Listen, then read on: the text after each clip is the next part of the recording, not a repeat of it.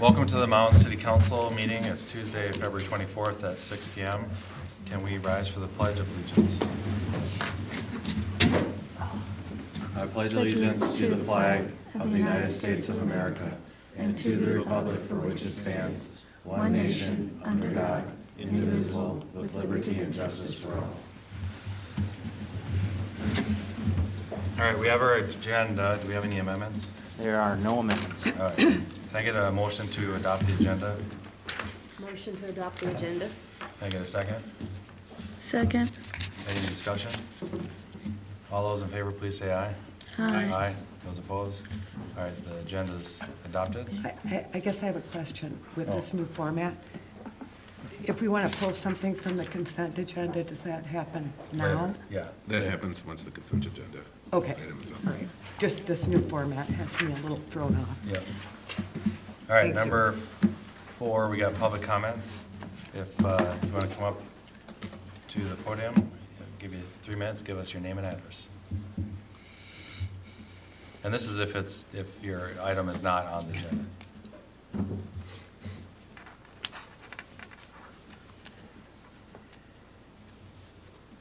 All right, hearing none, we're going to go to presentations. We got Fitness Challenge 2026, Michael Cripps and Council Woman Herrick. Right, so Michael's going to give us a little presentation based on some of the criteria that we've come up with so far, just to get a proof of concept and see what you guys think, what we might want to change. This is basically at no cost to the city. Michael is volunteering his time Nice. to help our children. Councilwoman Herrick, would you explain for the people who don't know what the concept is for? Oh, sorry. Yeah, I'm a little tired. Anyway, it's for a fitness challenge that will promote our parks and the health and well-being of both children, seniors, and depending upon how many people actually register for the process or the event, then we'll define exactly what those age groups look like. So, welcome. Thank you. Good evening, everybody. Yeah. My name is Michael Cripps. I'm an NASM certified personal trainer. That's National Academy of Sports Medicine. I'm the owner of Total Wellness Fitness here in Mound, and I train outside also in the Anytime Fitness in Mound as well. I'm here tonight because Michelle asked me to propose a community-wide initiative, a summer park fitness challenge. June through August program designed to encourage residents of all ages to get outside, use the beautiful parks that are underused, and to build healthier habits together. Physical inactivity is one of the biggest contributors to long-term health problems. What's important to combat this is access and engagement at a community level. Mound has incredible parks. We've got Surfside, Lost Lake Shore, 3 Points, our trails, but there are a ton that the families don't regularly use for intentional activity. So the program is going to create a simple, structured, inclusive reason for residents to get out there, not to compete, not to be elite athletes, but to participate. The Summer Park Fitness Challenge is going to work like this, unless we change anything. Anybody who wants to be involved will receive a simple park passport, a map, some items to create engagement and interactivity. It'll act like a physical scavenger hunt. From June through August, they'll visit designated parks and complete a multitude of easy components. To start, maybe a short walk that'll encourage exploration of the park and its surrounding areas, some body weight exercises, strength of joint and muscles, balance, play activity, group activities, gaming, stuff like that. And everything will be scalable for kids, adults, and seniors. Participants will earn awards, bronze, silver, gold recognition based on the accumulation of the park visits, not just performance. And at the end of the summer, we can have a recognition ceremony at a pavilion to celebrate participation at a park designated by the council. The program will increase park utilization, it'll encourage family engagement, it'll promote intergenerational activity and build positive civic identity and support preventative health. Most importantly, it can become an annual tradition specific to Mound. It's simple, low to zero cost, it's inclusive and community driven. All I'm asking for is partnership in a few areas: promotional support, paper, online, do it yourself, something, that maybe we can get donations from some local businesses, as well as tagging to specific social pages, the City of Mound, myself, any other fitness people that want to be involved. the approval of the designated parts, if you don't already have it, and use of pavilion space for the closing ceremony. Also, we'll need accessible calendar of tasks, instructions, events, safety requirements, maybe a waiver if you feel like it's necessary for anybody who participates. The program's gonna be primarily self-guided. There will be additional pre-scheduled community workout days at some of the bigger parts, led by a trainer, either myself or somebody else. And I propose a late June Saturday, a late July Saturday, early August Saturday, and a late August weekend date for the award ceremony. The goal is simple, to help make Mound one of the healthiest, smallest communities in Minnesota, not by building a new infrastructure, but by activating what we already have, which is our parks, our family, and our community. So if you have any questions, thank you. Does council have any questions for Michael? I don't think so. I just have a couple things I want to bring up. First of all, thank you for volunteering. Of course. It's a mammoth effort. I guess if we're going to be moving forward with programs like this, are you the facilitator of this project, or will Mound be facilitating this? So I'm willing to facilitate it as much as Mound allows me to. I've run group sessions before, I've been training for multiple years, I've been lifting for 30 years, so I know how to scale and lead small groups or large groups safely.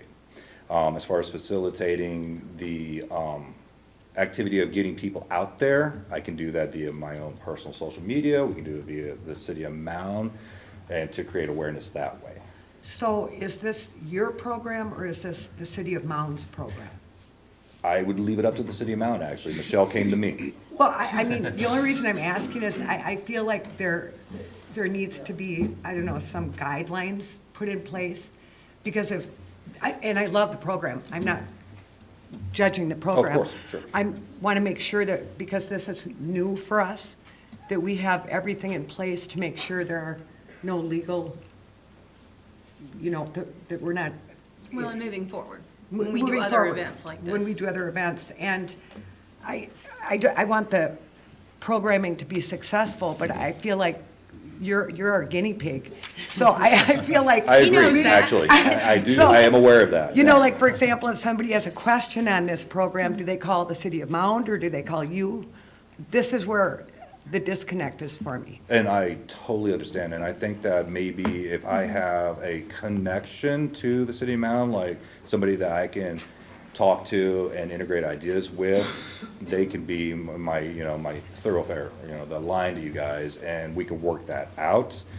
Being that this just got brought to me about a week ago, I haven't had time to come up with all those answers, and I totally understand liability and, where that needs to land. I personally have liability waivers that everybody has to sign.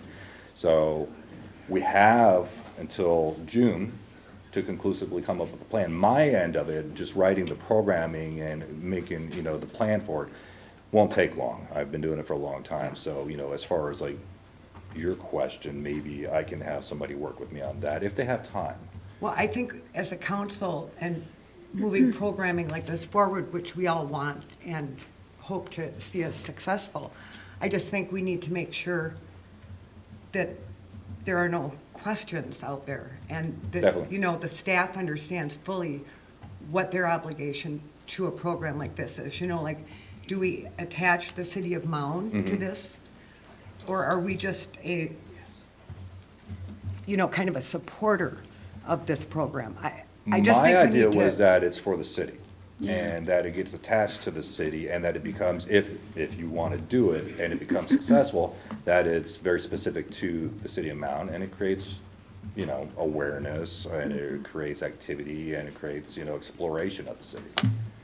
So, This is where I just feel like we as a council and working with Ryan or whoever will be facilitating these, this is where I think we need to add recreation to the umbrella of Public Works Parks. Because, if we start having a lot of recreational activities and programs going through, I think we need to have somebody clearly at the helm managing something like this. Well, that was right on point with what I was going to say. This is like the beginning of our Parks and Recreation Department in Mound. But we don't have staffing for it at this point. And so I think that while it should, I think it's something that the city has asked him to do for us. He's come forward to do that.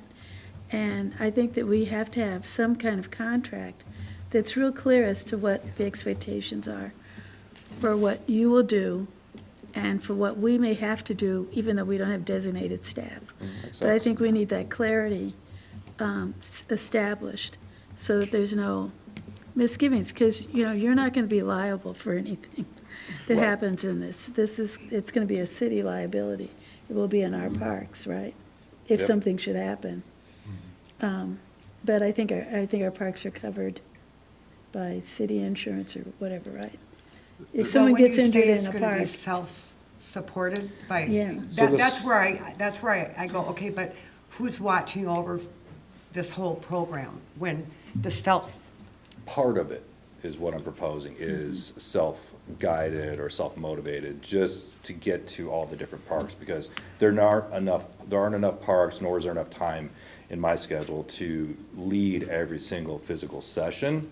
So that's why I was thinking the scavenger hunt aspect of it, they get a map, or for the kids especially, they love maps, they love stamps. Yeah. They go to this certain park, and I have a very specific instruction of the activities for them that they can reach via social media or preordained instructions on what you do there. Great, you get a stamp, you get, your name in the drawing for, participation awards at the end. And then on those very specific dates, that's where I lead a large group physical activity session.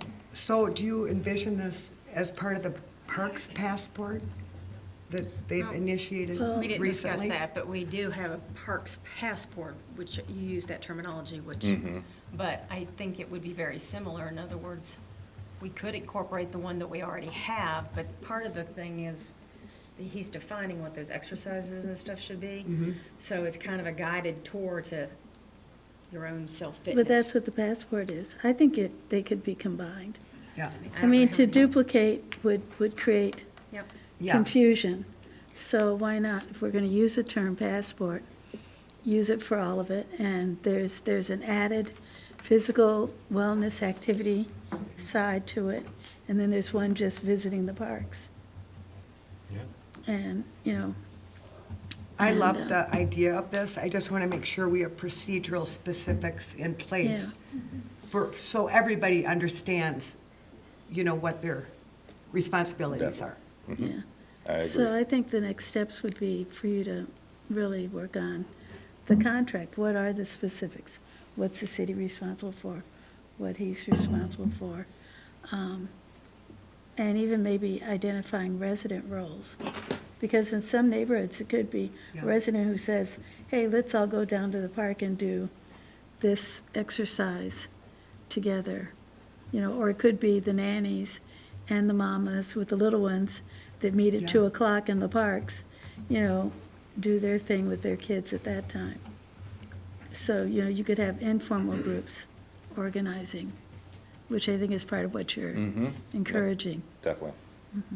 So Jesse, question for you, as far as staff, and I know we've got a limited number of staff members, hours available, we've got a new role coming on board. Would that person have the ability or capacity to answer questions?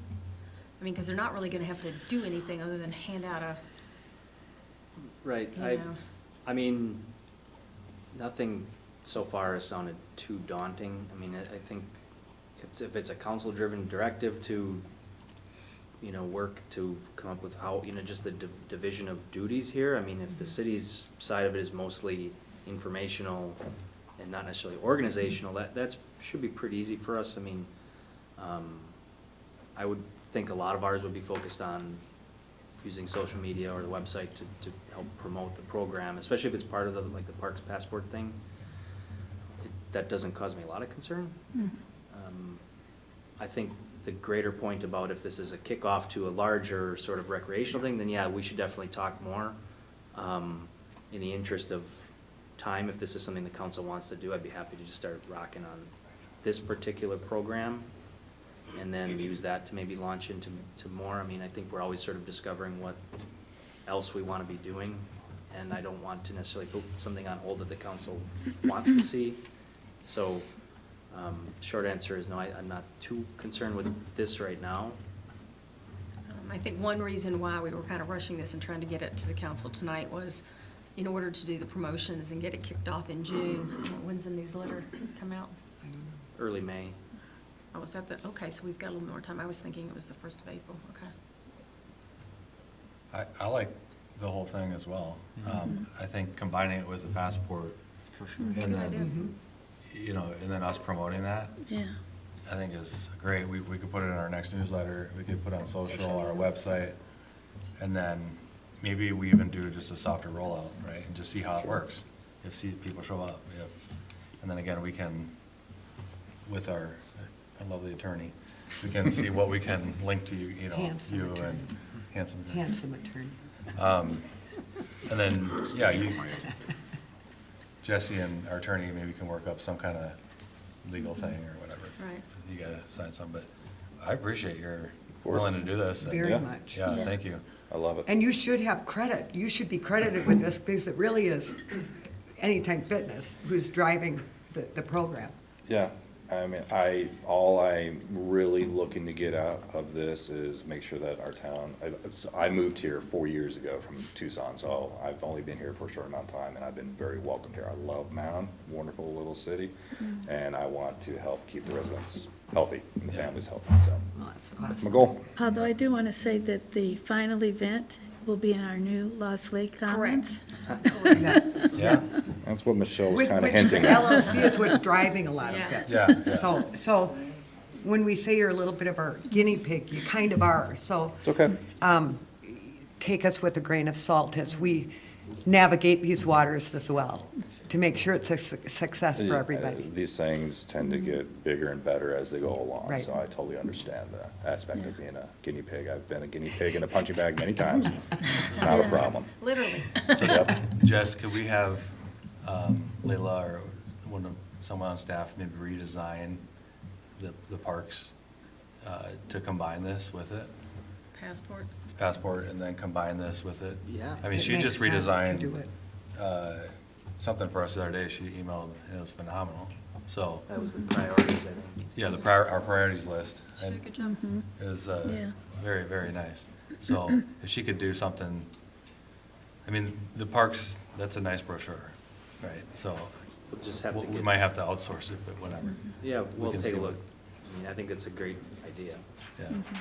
And then if we can get something, you know, obviously by our next newsletter, and then, I don't know if you want to still kind of run point on it a little bit, or do you No, say I that? mean, my initiative was to go out and find something. Okay, all so. right. This You is what I found it, you came found out, this is what I came All up right.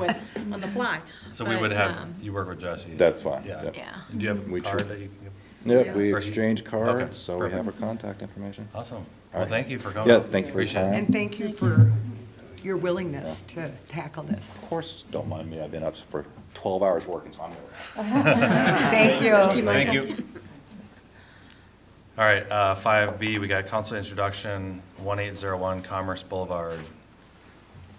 I guess. Good evening, Mayor, Council, staff and guests. I'm Sarah Smith. I'm the Planning Director.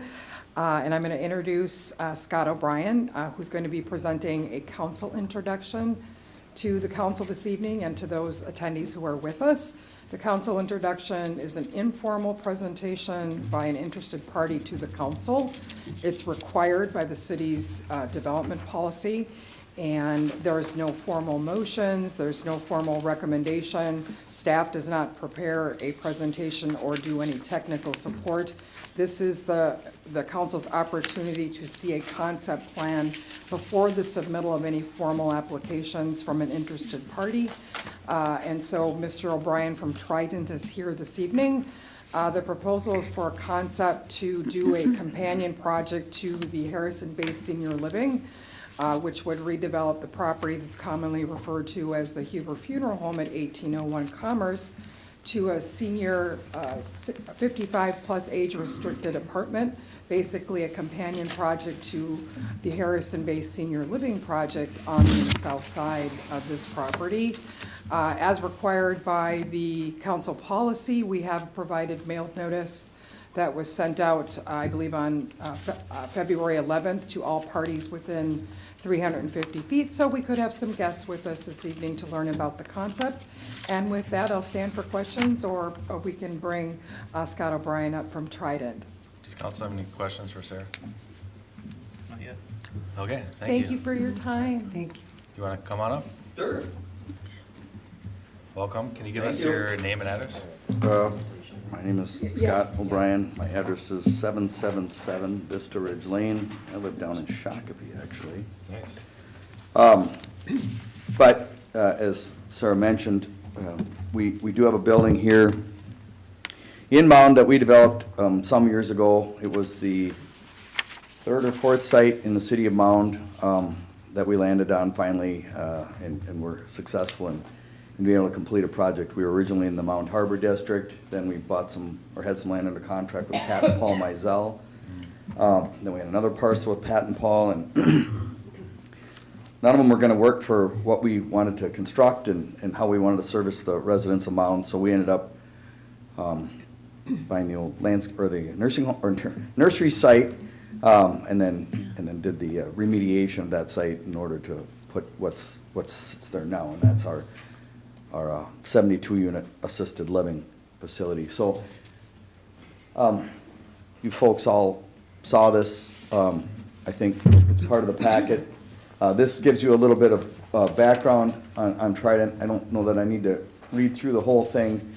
It's kind of a little pat yourself on the back type thing anyhow, but what I did want to just talk about briefly is, when you look at the building that we have right there right now, that's a memory care building, an assisted living building.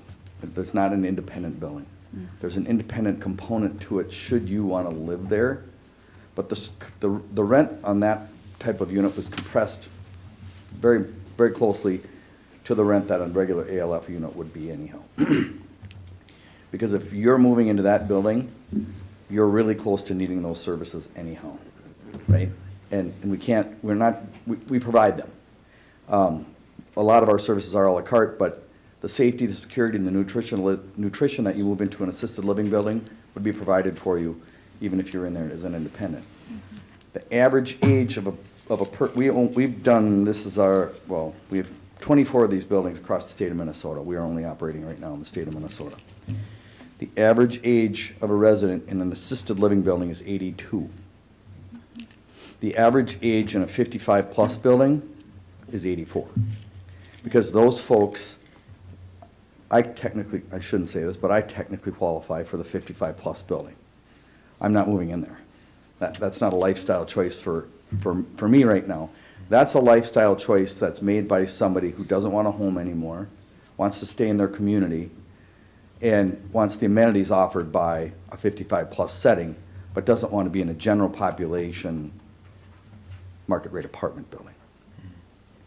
There's also a higher enhanced level of concierge services that we provide within these types of facilities that aren't offered in a regular apartment building. So I just wanted to make that note, or that piece of the introduction. Could you flip it to the next one? So what we're pursuing is a campus expansion that would integrate age-restricted housing with our existing assisted living and memory care facilities, enhancing our ability to meet the long-term housing and care needs of the Mound community. This is a actual picture of the inside of our facility here in Mound. So you can see it's very well appointed, very homey. Next, please. This is an overhead shot of our current building.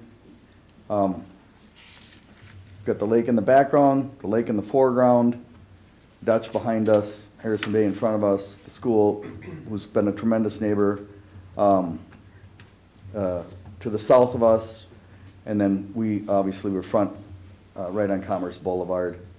So then if we can go to the next,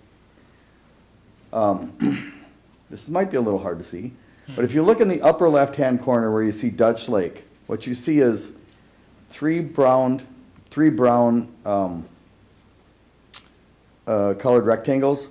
That's part of our current PUD. So we are an R3 PUD right now. The property in question, which is the Huber Funeral Home site, is C1. So if you look at that little red, the next slide provides a better close-up picture. I just wanted everybody's frame of reference to understand where we're talking within the city of Mound as we look at this piece of property. So this is the current site location. Our PUD wraps around it. The school obviously is to the south of us. To the north of us is the permanently restricted wooded area that was gifted by, my memory's failing me on who donated that to the Park District. So if you would please, Jess, go to the next one. This is a, thank you. I heard somebody in the audience say Dirks. I think that's right.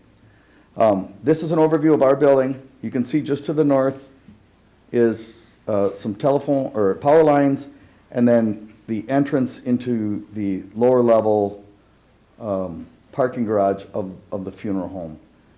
So if you could go to the next one, this is a sketch proposal.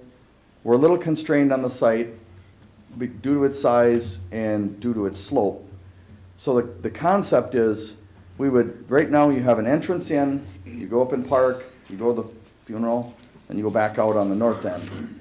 The concept would be to eliminate the north end access and then enlarge the current south end access, but then also provide ingress and egress through our current parking lot.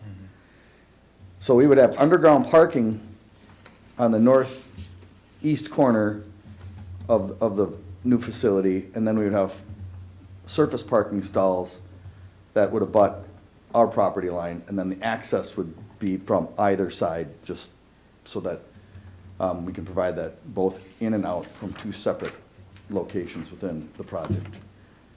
Go to the next one. The concept would be just to make it look like the other building. Yeah. I mean, what this building is we've done this in multiple locations. We have it down in Winona, we did it in Andover, we have it in Chaska. In Chaska, it's joined. It's a building across from Hazeltine. In North St. Paul, it's joined by a skyway. That's not gonna happen here if this would ever go forward. This is a lot more conducive type use. I don't know that we're gonna be able to have that walkway and that retaining wall there, but we'll make the landscaping very nice should we get to that point. I don't know that the grade will let us do that, but needless to say, it'll be professionally landscaped. It'll mirror the other building the look, the exterior building materials. The difference will be this building will have more decks. The bulk of the decks on the other building are off the back of the building, looking at Dutch Lake. So the concept would be to make the Huber property part of our current PUD, which would provide us then with a total of 11, basically 11 and a quarter acres. We have 72 units. We're proposing a 72 unit mirrored building on the other side. They'll be fairly close in square footage because there won't be the giant common areas necessary in an age-restricted building that you would have in an assisted living and memory care building. We have two dining rooms in the current building, one for memory care, one for assisted. We have a commercial kitchen, we have another kitchen, we have a lot of common space in that building. Right. This building it would have a lot of common space, but nowhere near the common space that current Harrison Bay building has. So that results in a net 12.8 units an acre. I have met with staff and we're aware of the council's view of multifamily housing and more larger scale projects within your town. So I respect that. We thought this concept would fit in nicely because we already have the sister building. What this does is allows the city of Mound to keep that 84-year-old resident in the city of Mound. And it also is a good use in that it kind of fits in, it does fit in the neighborhood. There's other apartment buildings going down Commerce Boulevard as you approach our property. We've got the school there, and then we're sort of the last property in the northwest corner of the city. So flip to the next one, please. I'll read this quick. The proposed expansion of the Harrison Bay Senior Living located in the northwest corner of Mound and the adjacent nearly 20 acres of protected wooded preserve is well suited to the surrounding area and designed to be compatible with the neighboring properties. The campus setting, scale, and quiet residential use ensure expansion would not be disruptive to the neighbors. Harrison Bay and its managing partner LifeSpark, which would be the manager of this facility as well, believe that in addition of a mirrored age-restricted housing building would allow the campus to continue serving the aging population of Mound for many years to come. So our ownership group, we developed it, we own it. LifeSpark still owns it with us, they still manage it. They would own this, they would manage it. So for some municipalities, that's very important, for some, not so much. But we've been working here in Mound for 15 years now. It took us half that time just to get Harrison Bay going. Right. Now we've owned it for half that time. So I grew up in Shakopee. I got this in Pond Ice Arena when I was 16 years old, so I've been around a long time. So I'd stand for questions then. All right, does council have any questions? I have some questions. What about the Dutch Lake side of this property? How will this new market rate units, will they have access to Dutch Lake? Is there any sort of amenities? I know when you were planning the first one, because of contamination issues, you built away from the lake, farther away.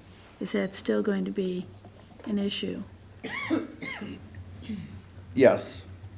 Well, there aren't contamination issues, we don't know yet on this site. I don't believe there are going to be contamination issues. The specific parcel we're buying already has a parking lot on it. And what we're contemplating doing is removing the parking lot, removing the building, and putting the new building there. If you go back to that slide that shows our PUD, we wrap around it, so I'm already behind it. So I'm not Okay. contemplating accessing, at this time, Dutch Lake. I mean, if it was a condition of my approval and you made me put in a little trail in the dock, I would You know, certainly I be mean, amenable to that. it's just but- that it's a beautiful lake. It doesn't Right. have a lot of heavy residential units on it, and, you know, it could be a great natural amenity for your residents. But I just wondered. I think it's a great idea. I grew up in the Dutch Lake neighborhood, Oh, so, you did. yeah. I'm kind of And- embarrassed I didn't think of it, to be honest with you, but Yeah, I. because that whole side of the lake, other than the one little development, you know, it's Christmas tree camp and big acreage lots. So it's a very quiet lake, in a way. I mean, the school now has some new docks that they use for biology class, I guess, or something. It would, Councilwoman, it would be this, if that would come to fruition, it would be one dock, one pontoon, one staff member driving the residents on a pontoon right around the lake. Again, they're not ready for an assisted living, but they're not out there water skiing behind a Malibu at 3 o'clock in the afternoon. They're just getting on a pontoon and going for a ride, but I think it's a great idea. Well, yeah, I'm 75, I just turned 75, and I walk around town with a walker all the time. So, you know, they're still active people. Okay, so I'll let other people ask questions. Okay. Does council have any other questions? I have a question. Yep. Do you have any research that you've done to support demand? Yes. For this many apartments in Mound? Yep.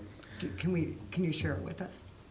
Well, I don't have it with me, but I hire, we use a demographer for every project that we do. So we hire a demographer to come out, study the project, study the demand.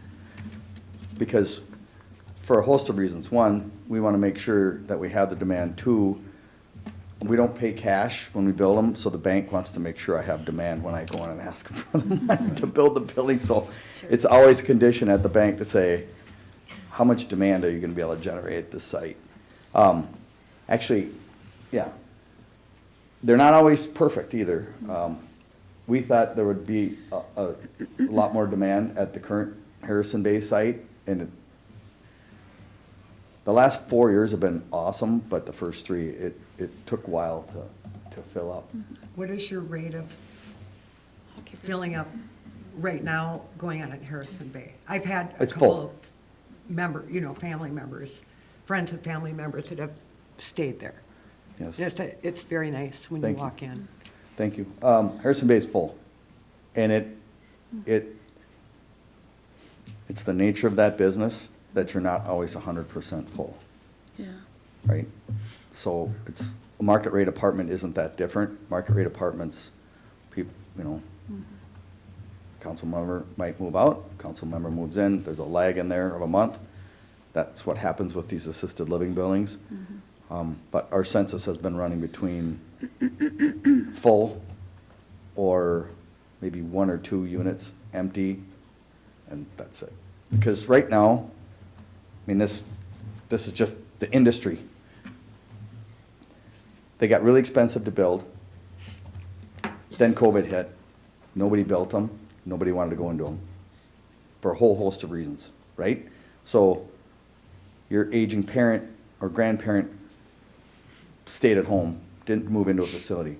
So then what happens? The market didn't build them. Now what the demographics of the whole United States is telling us is that you have all these people looking to get into these buildings that didn't get built. Yeah. So now we have a bit of a supply problem, frankly. Have you had discussions with the Minnetonka Watershed District to see if there'd be any impact with that many 72 apartments? No. Okay. We have. We had- would do all that, and that's phase 2. But since we're introducing this to you and want to, I mean, frankly, I just want to know if it's something you would entertain doing, because they're not cheap to do, and they're not Yeah. cheap to hire all those surveyors and, geologists and all the people I need to hire, and architects, and then to be told, well, we don't want that density there, then So that step would come like later in the process.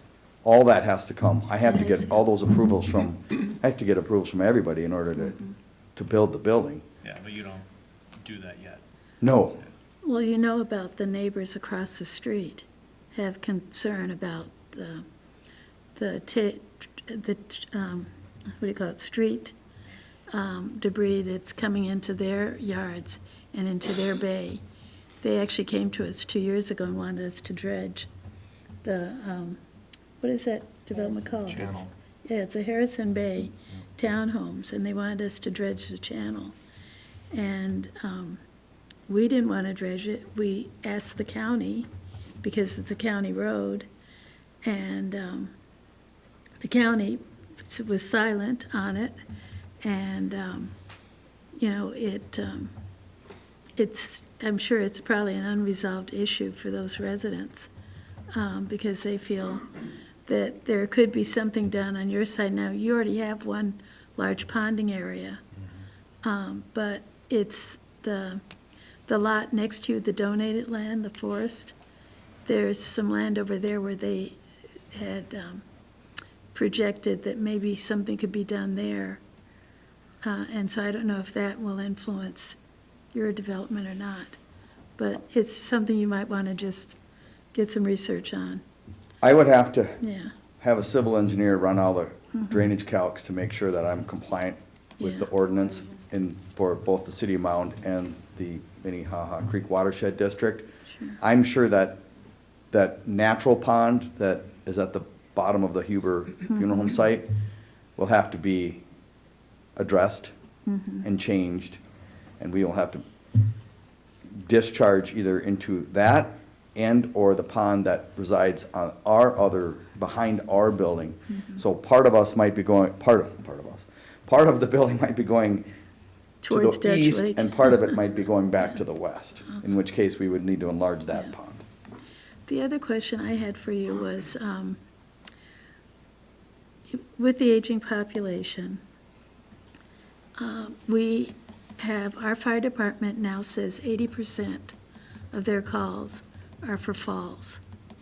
Now, you know, that covers more than just Mound, but adding these 75 units, and we know because these are 55 plus and not assisted living, you don't have staff normally available to help with falls. And I've heard in other large complexes in the metro areas, that one in Bloomington, and the independent livers were complaining that, you know, right across the alley from them was the assisted living, and they got help from staff when they fell, but in the independent living, when they fell, they had to call, you know, 911 and go through that expense. So, do you have, you know, you might want to think about talking with our fire department, probably, about their concerns about that. But also, are there some remedies for that? I mean, I know that Normandale Junior College, or, yeah, I guess community college, has a program that trains people for EMS kind of work. So, I can only speak to the experience we have. We don't have a large number of calls coming to our independent buildings. We used to have a large number of calls coming for falls and a whole host of other things in our assisted living and memory care buildings. You'll be hearing a lot more about LifeSpark in the next 5 years as a company that's revolutionizing the way we care for folks in our residents in these memory care and assisted living facilities. In that, when your loved one falls in that building, most likely they're out of the building, right? So when they leave, I mean, this is getting into the weeds, but when they leave the building, all they pay is their rent. They don't pay for any services. They're not receiving any services. So the last thing these operators want is for folks to leave the building. So they want to triage people on site, keep them in the building, take care of them. So we have rounding physicians on call 24/7 within the metro area that are helping alleviate that issue. And so we've seen a dramatic decrease in the frequency rate of ambulances at our buildings. That's anecdotal, but, I mean, I'm at some of our buildings a lot, and I see it. So if you guys have a fall, do your staff pick them up? Depends on the fall. Okay. I think that's where we're at. We're both on the fire commission, and I don't think you guys are, your numbers are that high, if I recall. But there's another place around here that, in a different town, that has very high numbers, and they will not pick up a resident. They fall, you see it on the news, right? Yeah. Someone was pinned against the wall and died, right? It's a big issue that we're working on right now of how do we address this. I mean, you know, if people fall, we want to send people and go pick them up. If it's police or fire, you know, whoever, you know, the ambulance, whoever's got to show up. But at the same point, you know, you get a lot of these, then you go, okay, so the taxpayer be paying for, you know, picking up people in your place, and not talking about the 55 as much probably right now, but your current place. And again, that's just a big discussion going on behind the scenes right now. I would urge you to reach out outside of this Yeah. to me or people at LifeSpark, and then we can take you up to that building and they can walk you through the protocol, because it's Yeah. different than what anybody else is doing. And again, It's better. Yeah. we've heard that yours Yeah. are lower. We see your calls are less, Yeah. yeah. I think what he was kind of getting at too before was like, there's kind of two types of those calls, like someone fell and got hurt, and you can't just, you know, pick up and move someone if they're seriously injured, but like the lift assist, I think, is the more Yeah, that's exactly. widespread. And we get a lot of Just- lift just assist We these have a calls. lot of lift assist calls, so. And then we're like, well, why couldn't you just lift them? And Yeah. you guys are making all this money to house these people, why aren't you just picking them up? Yeah, It's like two And they're different like, well, we things. can't, so we gotta call 40. We pick 'em up. Firefighters, right, exactly. Yeah, the lift assist is a different thing. We pick them up. Yeah, okay, well, that's good. So we do need to follow up on that because there are multiple cities, Maple Plain, Minnetrista, Right. that are adopting policies around that? Yeah, For we're- lack It's of a it's better a term? management company. It's who's managing the property. That's determining Well- how they address it. There's no ordinances from cities that, Well, there's a financial impact to the community as well, and that's what they're trying to address Well, yeah. because, We are looking at that, Yeah. and we're, the Spring Park mayor and I just met on Friday, actually, with the police chief and the deputy chief, and that's the whole reason we met, is to talk about this issue. And again, it's an issue in Spring Park, really, but remember, we cover Spring Right, Park, well, they that's what I'm help saying. us. Maple Plain just wrote an ordinance or They something. did, and we got a copy of it, Yeah. Very and good. depending on what we think here with probably the two of us, we'll bring it back, and that might be what we do. Right. Yeah. And it might be like, the fourth call, or, I mean, there's people at like 30 calls. No, I And know. and it's like, I can't reach my remote. Right. Seriously, Oh, I know. yeah. So, Yeah. anyway, back to the 55. 55 plus. How does yeah. this align with our zoning, our current zoning for the 2024 plan? As I said during our presentation informally, we have not done technical review preliminarily. This would be a rezoning, a comp plan amendment, an amendment to their planned unit development, and a conditional, which would be their conditional use permit amendment, that's high level, so rezoning, comp plan amendment, and the land use application. So they're at 12.8 units per acre, where, I just didn't take, apologies, I didn't take the time to look up, where are we currently at, what we allow? I think it's 8 to 15 dwelling units an acre in Okay. the form of a townhome, a twin home, row house type of an, product. The Harrison Bay Senior Living was built, under the, pre-2023-24 comp plan amendment. And if you saw on the overhead, I think what they're looking at is, obviously, is an amendment to the PUD and blending the 1801 into the 1861, and I think I saw a number of like 12 point something dwelling units an acre, or a lot, there it is. 12.8. 12.8. Not to say that that's how it'll roll out, but, because the product line is definitely different than what we contemplate in the comp plan, but I think that kind of gets to the heart of the matter of the density, because as you saw, a good portion of the current senior living project is preserved, and it's significantly larger than the Huber piece. So the density numbers preliminarily, without doing, if we would consider it that way, would fall in line. But that's, again, that all has to be fleshed out. That isn't normally how we do it. Doesn't mean you can't. So you'd be getting creative. This is a unique piece. I mean, if you look at them being, one project with different product lines of housing, it seems that it's a reasonable approach, certainly, to consider. Doesn't mean that we will pursue it that way, but I certainly think we want to vet that out. Besides apartments, have you thought about doing like townhomes or any other product? No? You like the transitional, like the campus view of you're here, maybe down the road you go to the next spot, or? Yes, the patio home type product on that spot means maybe 40% of the 72-unit density. It also brings in a different resident, right? That resident that wants that patio home is 10 to 15 years younger than the resident that is gonna eventually end up at Harrison Bay. And we build slab homes, we build townhomes, but we build them market rate, and we build them with a lot more density than that spot would ever afford. Do you know what your mix would be between 1 bedrooms and 2 bedrooms, and would you have studio? It'd be primarily 1 bedroom plus den, probably 40%. We put some studios in there.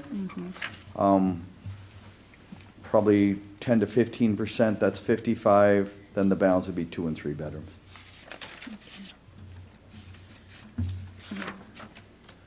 Council have any other questions for him? Otherwise, I'll Questions for him, invite but I the can't public to think talk. of what I do. Yeah, Okay. Does anybody else? Yeah, go ahead. yeah, go ahead. I guess a couple comments, not just questions, but do you feel like you have the parking pretty well figured out for as it stands now with that many units? Yes. Like with the underground, it was underground and exterior? Yes, Okay. Man, I don't even know what that would end up coming to. it's 1-to-1 underground, and then just a hair under 1-to-1 above But it ground. fits.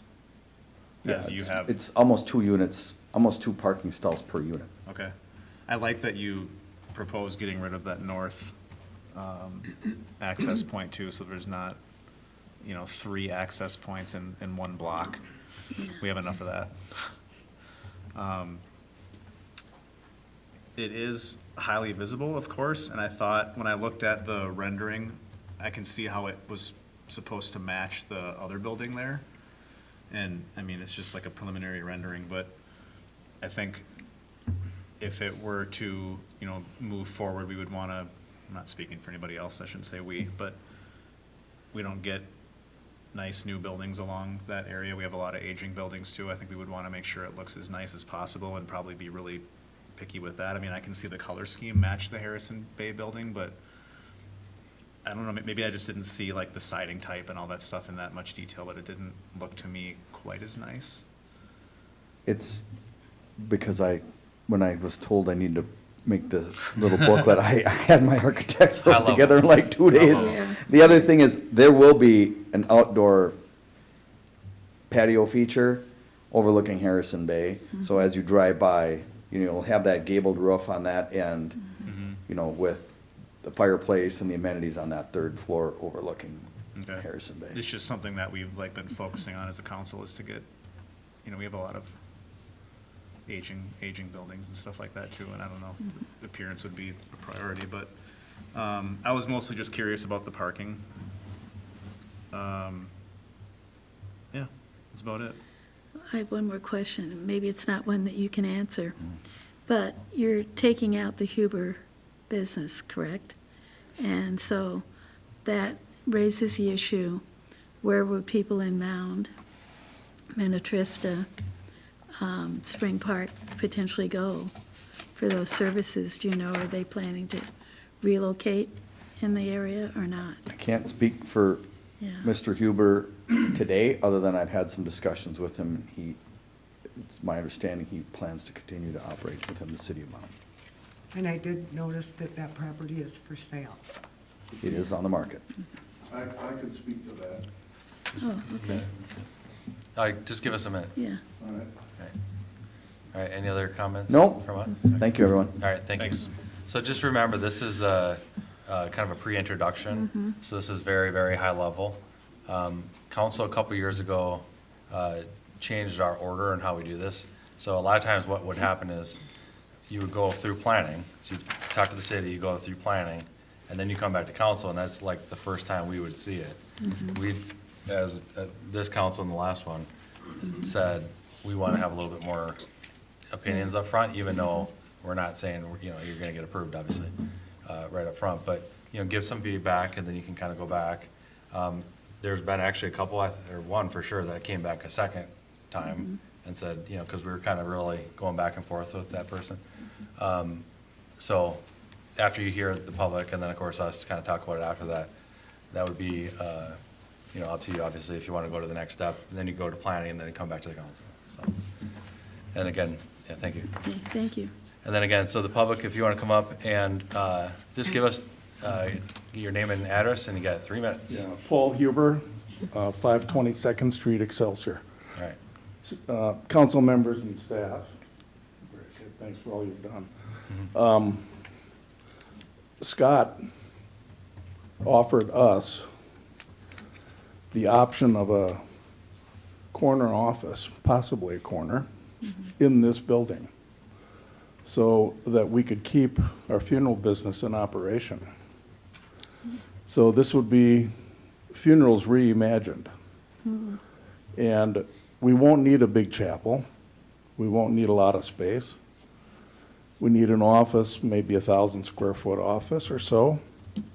And we'll talk to all the local churches, because as we all know, the churches took a beating during COVID. A lot of those people have not come back. So they're watching Sunday morning services from their home in their pajamas. We will have a list of churches that would love to have a funeral service and for the church to get 1,000, 2,000, something like that. And for 2, 3, 4 hours of their time. So we can still take care of the Mound community Yep. with funeral services and continue doing pre-arrangements, which is a big part of our business. Good. Yeah. Thank you. Thank you. Appreciate it. That's really helpful. I Yeah. want to thank you for your decades of Yes, helping Mound and all the residents who are going through tremendous loss. Thank you, yeah. I know I can speak for myself. When my husband passed away, you completely comforted me and my young kids. And you're such a huge part of the fabric Yeah. of Mound. Thank you. So it does bring some relief to know that you would still be offering services. Have you noticed you won't be having any ceremonies or what have you at Huber, but is that because the dynamic has changed with funerals? Yes, a pretty good number of people now have cremation. Some of those people, Kathy, are doing actual memorials gatherings in their backyards. yeah, Some of them are doing them at the Arboretum. We do a lot of things at Gillespie Center. And some of the churches would love to have some of those funerals at their church. Right. Not necessarily the church of those people, but maybe they went there as kids. And, you know, mom and dad get elderly, they quit going to church. That happens a lot. So we've been here 43 years, and thank you for that. And we'd like to stay. So this way, I'm selling the funeral business, but just the building, not the actual business. And Scott has offered for us to have a corner office there or some office space, so we can continue on. that's really great to That's hear, reassuring. because I'd hate to lose the business and the relationship that you have Right. with the community. Yeah, thank you. Well, we hate to be gone from here also, but Yeah. I am You're still in 71, and I do, You're young compared to me. I'm about the same age as Rich, Yeah, Richie, my and brother. do need to move on. My 3 daughters don't want anything to do with funeral service, but imagine that. But anyway, Are you still in Excelsior? yes, and Eden Prairie, Okay. yeah. Well, We thanks started in Excelsior in 1950, so I've been doing it 50 years. Well, My thank you dad again. started there. Thank you. Thank you, Appreciate Paul. it. You bet. You're welcome, everyone. Thank you. Thank you, sir. All right, does anybody else want to come up and say anything? I do. Yeah, come on up. Give us your name, address. So my name is Kathy Siebert, and I own property at 1766 Commerce Boulevard. Okay. Can you put the PUD map back up, please? So, site location, I'm right across in one of the 4. Directly, what direction is that, north? Were the beige or East. the Right. yellowish ones? You're Town hall? east. Yeah. One of the Yeah. 4 townhomes. Yeah. So I thank you for having this preliminary meeting Yeah. tonight. And clearly, we understand that if the property is for sale, something will happen to it. So, and I think, you know, the interest is something that is good for the community, but also not deleterious to us. So I guess a few things I want to say. One is just kind of a clarification. I mean, I don't know if this is like a municipal term, but referring to this as a campus extension, I mean, to me, you're taking something that's, you know, 2 acres in the midst of all the rest of that brown, but you're doubling the density there. Yeah. And to the math and the creative math, I mean, I did the math, so 12.8 units per acre, but that's because the vast majority of it is coming from the brown part. I mean, if you just look at the pink part, it's 33.5. Yes, that's what we were talking about earlier, that we normally calculate density on a per lot basis, but if this would become a PUD and incorporated as an amendment, that would be evaluated whether or not that's appropriate. Right, so that gets back to what you were saying about being potentially creative. So, I mean, to me, that's doubling the density right across from my driveway. And I mean, I understand and actually had no idea that the 55-plus age group is essentially the same as the non. But I mean, to me, again, it seems as though you've got, how many parking spaces did you say? 142 per unit, basically? What was it? Ma'am, Yeah. So I mean, just address us here. sorry? Just address us, we're videotaping and you I'm gotta sorry. keep it. So, on the microphone. you know, that's a lot of cars coming in and out of there, Yeah. right onto Commerce Boulevard, which already, you know, when school lets out and at rush hour, that's backed up in front of our driveways. Right. So that feels like a lot more activity. So that's my clarification. And then, you know, the other thing, I guess, so that's the first thing, how will this impact density and traffic on Commerce? The other thing is though, as you had mentioned, you know, we clearly feel like can we go back to the PUD map, please? Where that is, that swale or whatever you want to call it, that comes right into Harrison Bay in front of us. I mean, in 2022, you know, Mound to investigate runoff into Harrison's Bay. This is an article from the paper. To my knowledge, nothing has ever come of this. We had to replace our seawall at extensive cost to ourselves. There's been dredging, and it was referred to that this was caused by, you know, key causes, impervious surface on the west side of Commerce Boulevard, which to me means parking lots, et cetera. So to me, I would want to have a clear understanding from the developer and the city about how that would be addressed and how it would be improved, because it can't keep going the way it is. It's not right. So, and as a part of the development plan. So Yeah, again, yep. I think that's, you know, I guess in terms of not being disruptive to neighbors, I guess to me, it feels disruptive based on how it's being presented right now. But again, I totally understand something's gonna go there, and it's just a matter of what it is and how it's most beneficial for all. Yeah. So thank you. Thank you, appreciate it. Thank you. Anybody else?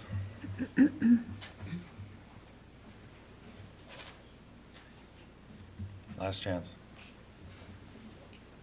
Oh, got one. Give us your name and address. Hi there. My name is Joe Crum. My address is 5975 Ridgewood Road. You guys already kind of touched on the point of safety and speaking with the fire department about falls and whatnot. I think that's a great path to go down. And as someone who's familiar with the senior living business, that would be like one of my main concerns is just that Harrison Bay, as stated previously, runs pretty full. So what happens when the independent building fills up and then you have all these residents who might need or, you know, want or anticipate to move to Harrison Bay Senior Living for assisted living, but they can't. And then they're kind of stuck in independent living. You have the fire department responding all the time. Like, I just think that might be something to consider. The other piece that I would have the most consideration for would be the financial piece, like what would the market rate for rent be for these units, and would the residents of Mound really be able to afford it? What happens when people can't afford it? Like, do they get to stay there? Do they have to leave? Are you gonna accept, you know, housing support or some sort of government program to have residents stay there? Are you gonna have people getting kicked out of there and being homeless in Mound? That's kind of something to consider, because the rate for independent living apartments in this area is very expensive. Not sure if anyone's familiar, but to the tune of $3,000 to $4,000 a month or more for independent living. So that's just my main input and consideration, and just things to think about to serve the seniors of Mound properly. Cool, So- thank you. Appreciate it. Thank you. Thanks. All right, anybody else? All right, I'm gonna close that portion of it. So back to council. Any thoughts that we want to talk about? I have one more question, I think, that I kind of forgot to ask. Can we go back to, For who? for the Yeah. potential You want applicant? to come back up? Sure. The last person that spoke kind of brought up, I forgot to cross off one of my bullet points, but like, what's your process for the other buildings to get started? Like, as you said, you need to tell the bank you have a certain amount of demand before you build. How does that work? If it were approved, if this were, you know, approved in a form like this, like, what is your process to start? Like, how many Well, once, units? you should need it to- go through the prescribed process Yeah. that Sarah alluded to might have to be the way this is done, well, then I would suspect the building is going to cost somewhere around $300,000 a door to build. That's just what it costs right now, so call it $21.6 million to build. So the folks that own the current Harrison Bay would put the equity in to build the new Harrison Bay, or what, Huber Heights, I guess I'm told Paul I would call it that, if he ends up having the funeral home in there. Because then people will know where to go when they go to get their funeral services from Paul. That was sort of our idea. And then, you know, I've been through the process 100 times, so then it's traditionally financed.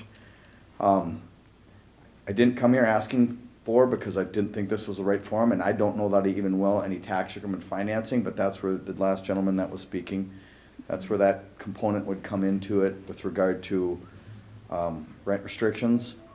We're nowhere near those numbers that he spoke of there, or that's not gonna be the, I mean, I'm just saying, like, do you envision it kind of being like it needs to be 60% sold before you, I don't sell them. Yeah, sell, it's a Okay. rental. It's all rental. okay, So it won't be so sold it's at all. not that process, okay. That's press. All We right. don't operate that way.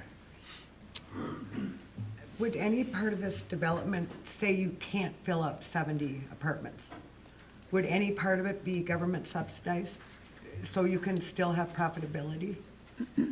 I mean, 72 apartments is a lot of apartments. Haven't done that.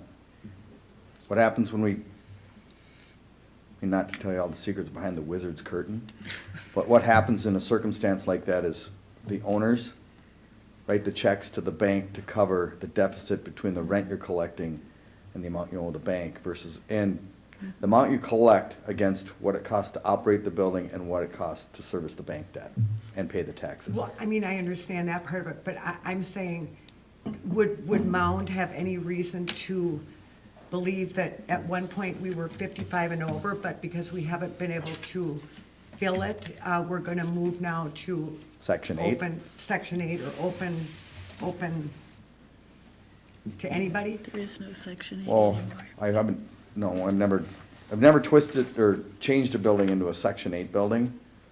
We've just always kind of gutted it out until it was full. And, you know, unfortunately, if a person runs out of money, you know, we can't keep them there if they can't pay any rent.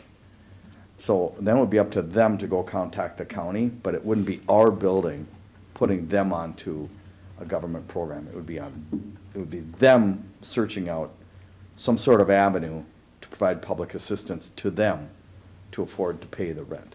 That's But how what it you would be. mentioned before, I think, was, you had commented that just with like the last several years, there's a lot of demand for it right now because of buildings that didn't get built. So you anticipate plenty of demand for the site, obviously. Yeah, there's a total underbuilding of senior housing in Yeah. the state. Yeah, because I don't like having to write checks to make my Yeah. buildings look cool. All It's right. not fun. Anything else? That's all I got. That's all we got.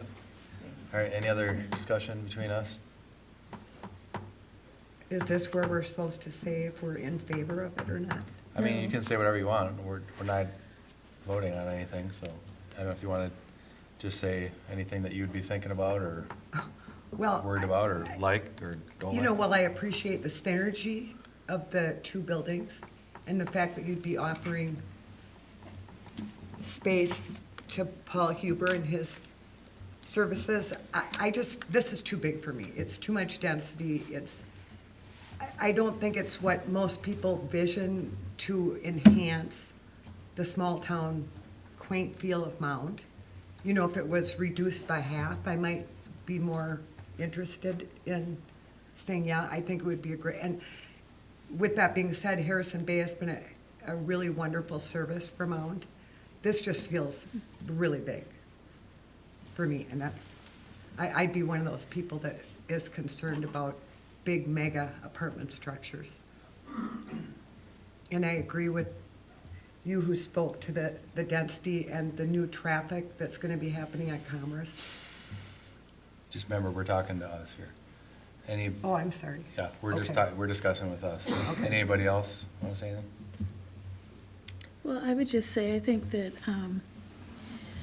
you know, given the demands of the baby boomer generation, which is over 1 million in the state, making it 1 out of every 4 Minnesotans are over the age of 55, which is his target market. And knowing that prior to COVID, there was no real funding or push for aged housing.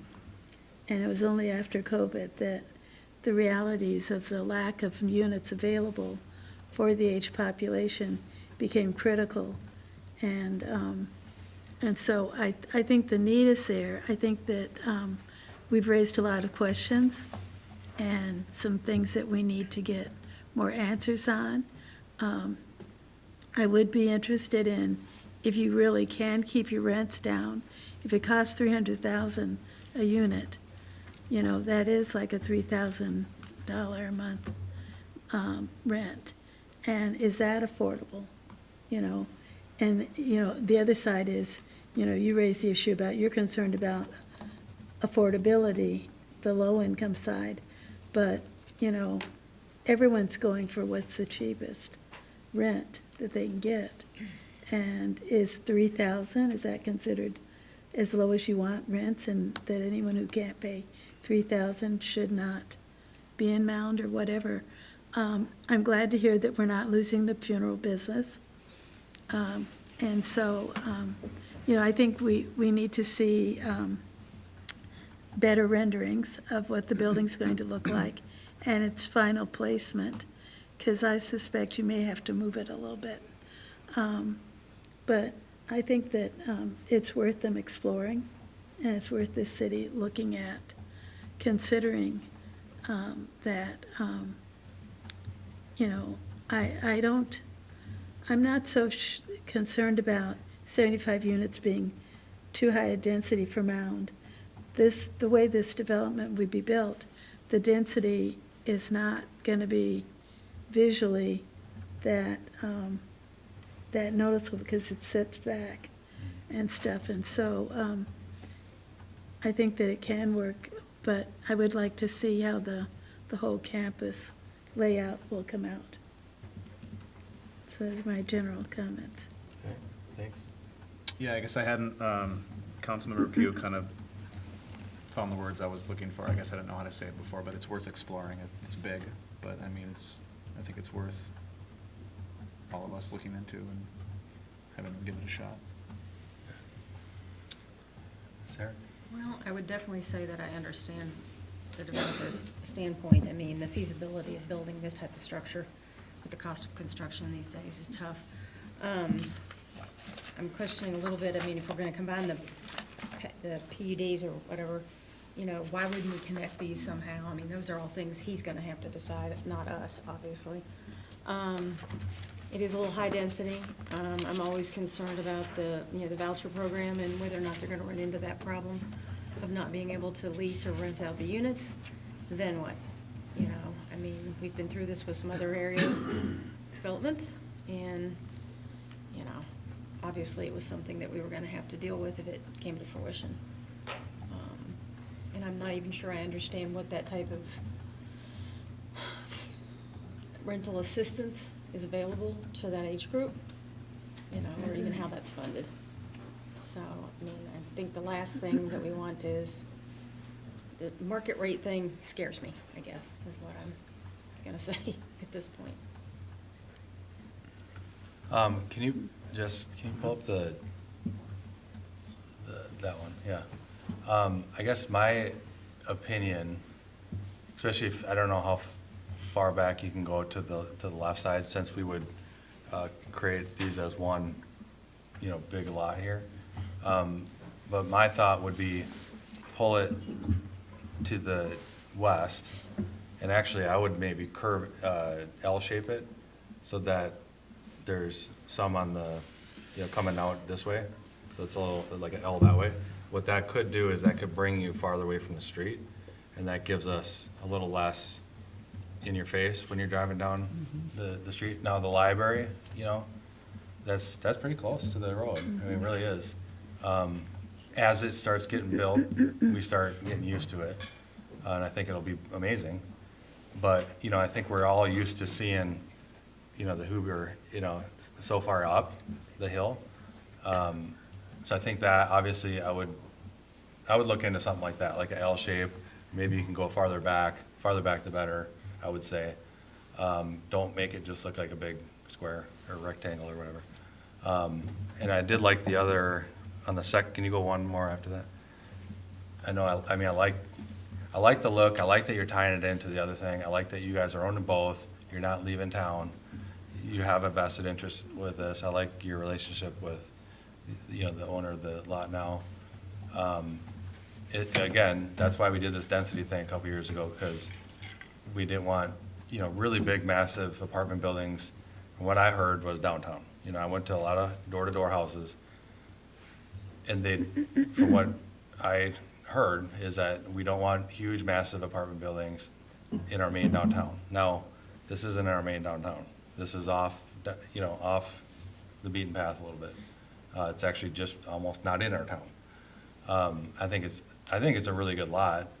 Again, working around the density and figuring all that out. And then, of course, the stormwater is gonna be a big thing that you're gonna have to figure out. From doing this a handful of years, usually when you have a project, it's actually helps the water better. That's eventually gonna go into the lake.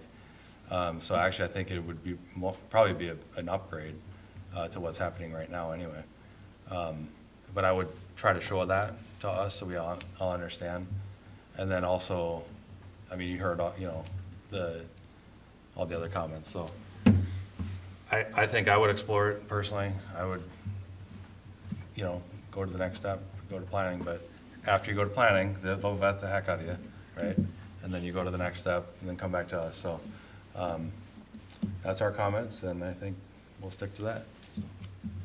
All right, thanks for coming out, appreciate it. Thank you. Let's go to the next one. Number 6 is the consent agenda. Does someone want to read through those? I can do that. Consent agenda items A through D. A, minutes from the February 10th regular council meeting. B, approved payment of claims. C, public lands permit for 6125 and 6139 Evergreen Road. And D, ordinance 222-2026, amending section 5020 and 1071 of the Mound City Code. All right, I got our consent agenda. Can I get or does any council member want to talk about any of these? I'd like to pull D for discussion. Okay, we're going to pull D. So any other discussion on A through C? All right, hearing none, can I get a motion to approve the consent agenda, just with A, B, and C? I'd like to make a motion to approve consent agenda items A through C, removing D. And I'd second that motion. All right, got a motion and a second. All those in favor, please. Oh, Can I do roll call? sorry, Jesse's going to do the roll call. That's all right. That's better than we can hear ourselves. There we go. All right, we got a motion and a second on A through C, and roll call, please. Councilmember Herrick, Aye. Councilmember McEnany. Aye. Councilmember Pugh, Aye. Councilmember Castellano, Aye. Mayor Holt. Aye. All right, A through C passes, and we're going to talk about D. Go ahead. I kind of wanted to bring up, I feel like we should discuss this a little bit and how we got to raising the gathering number to 50. I appreciate that it's probably for the LLC, you know, for events and things coming up. I feel like it should be in two categories. And the reason why is because I feel like we're leaving ourselves vulnerable down at Surfside for the exact problems we've been dealing with for all these years that get exacerbated. So I would propose we consider doing, you know, maybe two categories, one for, you know, more family-related picnics and kids' soccer and baseball parties, and maybe keep that at 15, 20, because that's what most people are going to the park for. And then keep our number at 50 for all of our, I don't know, I guess, Formal events. sponsored events, organized sponsored events.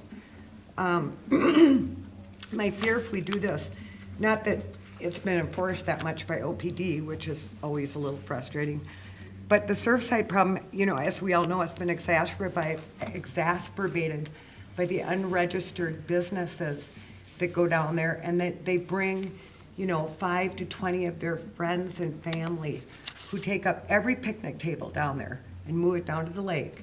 And then they sit there all day so they can avoid the loophole of being unassisted with their boats or jet skis, and they just move these people to just sit on them. But that's another deal. We've done a great job dealing with that problem the last couple of years, but the first month of summer and the last month of summer, this comes up again because they all try to get away with it again. But my bigger issue with that is then the rest of the people, and you know, the beach is always packed. There's nowhere for these people to sit. There's no picnic tables available. So I think, and I also feel like if we, now that we have a new hope that we can, I guess, deal with some of these problems, you know, with our new person that's going to be hired. We don't have a leg to stand on if we raise that to 50 and say to the police, well, they've got, you know, 20 people there. Now we have 50. Not that, like I said, not that it's been consistently very enforced, but I would like to see us have two categories of this so we can keep, Surfside is the biggest And problem. What are the two categories again? Could you find Well, us? I don't know, we can discuss it, but I'm thinking one for like recreational family type events. And that would be like picnics and when the kids are You could down do, like, having. commercial and, maybe that's not the right word, but are you saying kind of like residential and? I don't Well, know. and I guess acknowledged sponsored events. That would be for the 50, which makes total sense to me. Or residential and community events, maybe? Well, I That think we makes need sense. to be really clear on what we call them because the verbiage on this will be important. Yeah, I that's think what I'm it's concerned about. acknowledged events sponsored through the city or that we're supporting, you know, like Spirit of the Lakes and, for example, your Wellness New program, the new Day. program that we're discussing. I think, and even when we're meandering around through all the parks, if these grow, 50 is a lot of people that all of a sudden we have no recourse to say, geez, too many gathering. So that's why I'm saying, I think we should maybe just discuss having two separate, Well, it also makes it more enforceable for our legal, or not our legal, our. for OPD. Yeah, for the police department. But, you know, to you're always enforce. talking about you hate regulations, and then what we're doing is we're putting regulations. Well, I don't like regulations, but if we are, I have to make a comment towards 50, Yeah. I think it's too many. So Well, if in my order- family came, 50 people would be the low end of me having a family But event would you there. Yeah. have a problem pulling a permit then? Huh? Would you have an issue with pulling a permit then? Probably not, I guess. Well, I mean, if we even the had to. baseball teams generally But, go and pull you a know. permit. I just think we need to really think through this and realize what our exposure can be if we go from 15 people, which is current, to 50. That's a pretty big, gigantic differential. And that is an impact to Public Works because they have to go in and clean this mess up every Monday morning. because I agree with you, the picnic tables are all congregated over there Yes. by the beach side. And they're all pretending that they're down there picnicking, and they're not. They're down there just being staged to sit on equipment. And in the meantime, people that are officially down there for a picnic, there's no picnic tables available, most weekends. This happens. Jesse, do you know why we put this in here? Well, Where did it come from? Part of it really just comes from that it's kind of a housekeeping nightmare in that at any given time, I mean, if you think about if you went down to play a game of volleyball, you'd probably have 15 people if you're filling out the rosters. And at that point now, technically, we should be enforcing a permit situation. So I don't think your average resident in any city would expect that there would be a permit for something as casual as just going to the park. I also recognize that cities don't have parks like we do. Surfside's very unique. So that was the driver behind it, was really just if it's not something we can reliably enforce, what can we do to make it more accessible without For the larger events. without being a free-for-all for large events. So it doesn't have to change necessarily. I think prior to making multiple types of permits, I think we would prefer to just leave it as is and just continue to enforce it as it is, and then maybe look into it maybe for the next year or something. I just, you know, coming into spring, I don't know that how badly we would want to try to stand up a separate program, but that's where it came from. And don't we want to encourage, I mean, the purpose of Lost Lake Commons is that that's the events, that's the large area. So why not keep it small for Surfside? It'd be hard to enforce, but maybe we have to But at push least we the have a leg police to force. stand on. Yeah, we for have a leg to OPD. stand on and say, you know, if you want to have more people, then you need to go to the bigger park. That's exactly what I'm saying. Keep it at 50 for LLC if we want to make this change. But I think we need to be a little more conscientious about what that number looks like down at Surfside. Yeah. We don't even have enough parking for that many Right. people, plus, you know, at Surfside. So parking would become an issue too. Yeah, there's more parking at Lost Lake.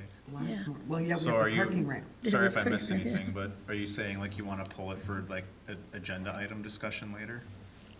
And then not change anything tonight, or did I miss? I just pulled it for Yes. discussion. Okay. So part of this too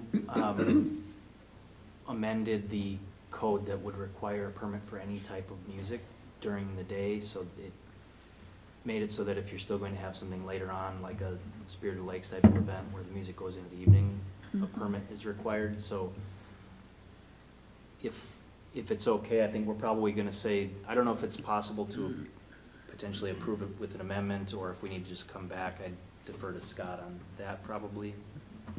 If we were to. So you're talking about going with section 2 and not section 1 for tonight? Sorry, I'll pull it up. I was cool with the changing of the music. That makes Yes, total the sense. section 2 part. Yeah. Yeah. I mean, you can adopt this ordinance with with excluding section 1. And then and then after the bring it fact, back. it could be, well, it'd be modified and then that would administratively and then signed by the mayor and clerk. I think we would be fine with that, and then that gives us a little more time to noodle what you're thinking about with regards to the two parks, but the music also will help Yeah. streamline things for folks that are having little Right. things. But at the same time, if it's a night event or goes beyond 10 o'clock, a permit is required, and that requires council approval. And that, I think your points are well taken. And that part of the music makes Yeah. total sense. We appreciate it, and we appreciate your input on the public gathering permit as well. So if that's the route that you want to take is Eliminate remove section section 1, it would just be a motion to adopt ordinance, whatever number, removing section 1. Unless there's any other discussion, I'll take a motion for that. I can give it a shot. Yep. I'd like to make a motion to approve consent agenda item 6D, ordinance 226, omitting section 1 and only approving section 2, which would be 1071. I would refrain from saying, you're already removing section 1 because there's a third section that deals with the effectiveness, so instead of say, in that motion, just removing section 1. Okay, I'd like to make a motion approving agenda item 6D, removing section 1. All right, got a motion, can I get a second? Second. Any other discussion? All those in favor, please say aye. Aye. Those opposed? All right, that part passes.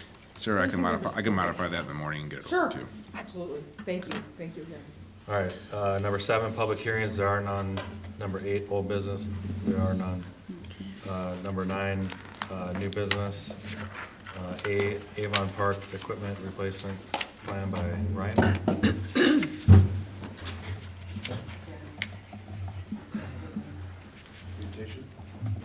Mayor, members of the council, have a short presentation to show you tonight of Avon Park.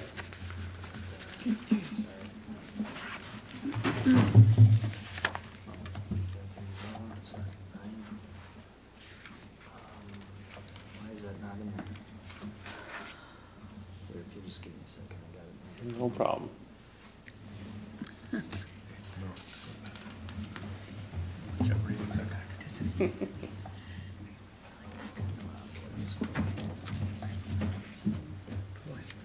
Oh, it's, Oh, I'm like, let me on, okay, never mind. let's see, 78, 77. The parks one, right? Find it? The one you brought to the Yeah. parks. Yeah, the one I emailed you. You Yeah. sent me, you emailed it to me with Jessica. It's a PowerPoint? Yeah, but this. Not that this is one. gonna be- That's not it.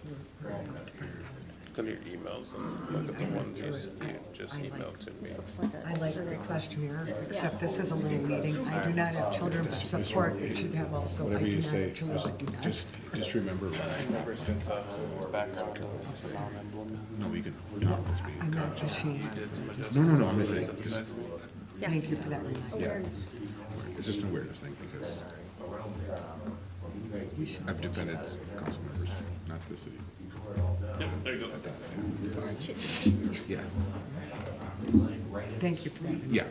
Most of the things hanging halfway into the street, and, I just, there's gotta be something against that. When you have your, but they can break down it.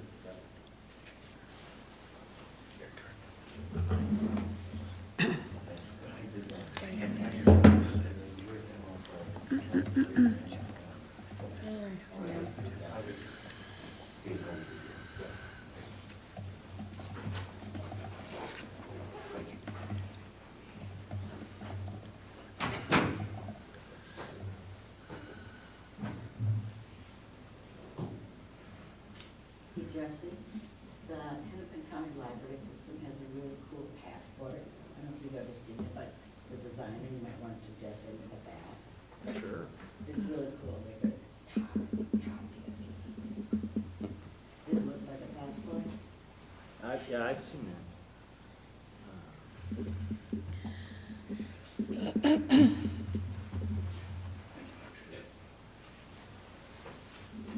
Thank you.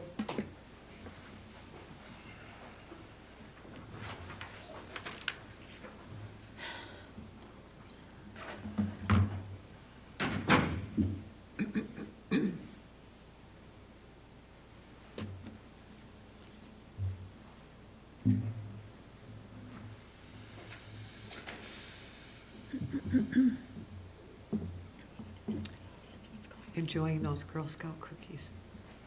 Trying not to eat them. I gave 2 boxes away yesterday at City Hall.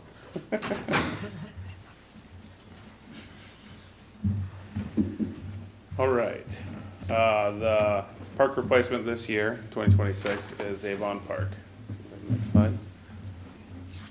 It's located just southeast of City Hall here on Avon Drive. It has a green space, half a basketball court, backstop, and a play structure currently.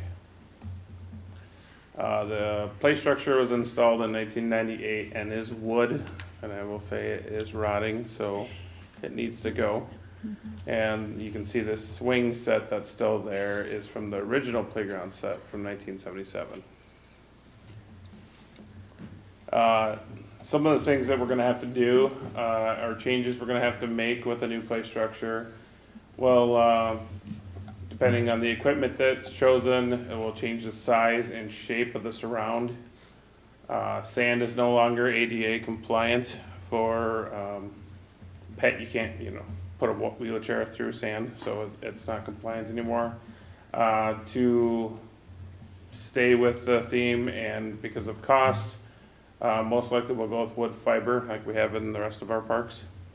And we will have to install a pedestrian ramp from the street with a walking path that would have an entrance to the playground structure so that any ADA entrance could be met to the street to, if somebody was parking on the street and was able to not have to jump a curb.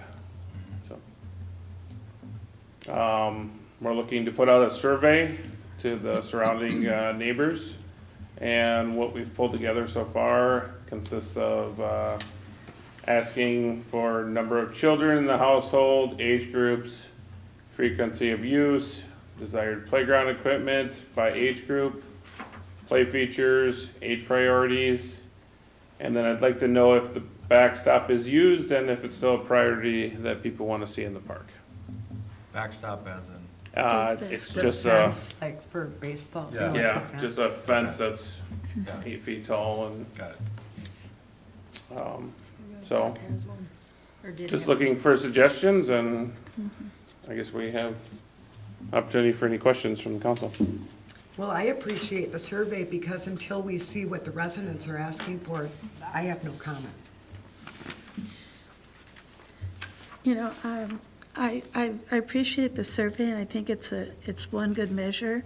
But after the survey, I think that depending on the age group, you might want to have an event where the kids could come and they could give you their opinions, because parents are going to fill out the surveys. Some parents will ask their kids, most parents will say, oh, I know what my kids play on. But, I think if it ends up that it's going to be the younger group, then it might be a useful thing to have a meeting where the kids can come and they can show you what their play preferences are. And I'm not sure if that means taking them to a park that has that, or having them in a room and showing them the pictures, or having, It would probably have to be after we go to the companies and have them designs. I know with last year's park, I gave them a dollar amount and said I need three options from each company, and I went to 3 different companies. And then I brought those back to the Parks Commission, and we narrowed it down to what we wanted to see. We could, invite people that night to the Parks Commission. We could do a separate night where we have some poster boards put up of options. But I think, it'd be good to figure out some way to get the input of the children who would use the space. I think we're kind of setting ourselves up to ask, 4 and 5-year-olds what they want, the moon and back. But they're the ones who But- use it, Well, I understand, but I think parents who take their kids to the playgrounds understand, what, they've probably taken them to several playgrounds. I'm not disagreeing with what you're suggesting. I'm saying the answers from the kids are gonna be, expansive. They're gonna want a lot. It's kind of like asking a child, do you want spaghetti for dinner, or do you want ice cream cones? Well, you don't, no, No. well, you don't do it that way. You don't, you're No. right, but that's what No. this is kind of doing. It's like when we first started talking about making this a playground, I go to the ice cream shop once a week to treat myself. And I'd sit and I'd talk to parents who had kids, and I'd ask the kids, I said, if just think of what would you want to have in this park?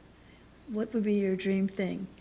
And I got some really creative things, like, my grandson wanted a bobsled off the top of the parking ramp into the park, you know, which was pretty neat, but that's not doable.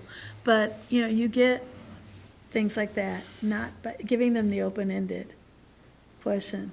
I think it's, you know, I think it would be just one more step. I'm not disagreeing getting- with you. I I'm know. just saying. You're just saying it's- It'll be an interesting Yeah. conversation Yeah, with but- 5, 6, and 7-year-olds. You know, And you're right, they do I have love, lots I of fun love the ideas. idea. There's gonna be a lot of restraints to Yeah. what our budget is gonna be able to right. fit and how But much it room might we have. help us decide and- on things yeah. that aren't, that we think are really good. Like, you know, we might think a slide is really good and the kids really don't like slides, Mhm. you know?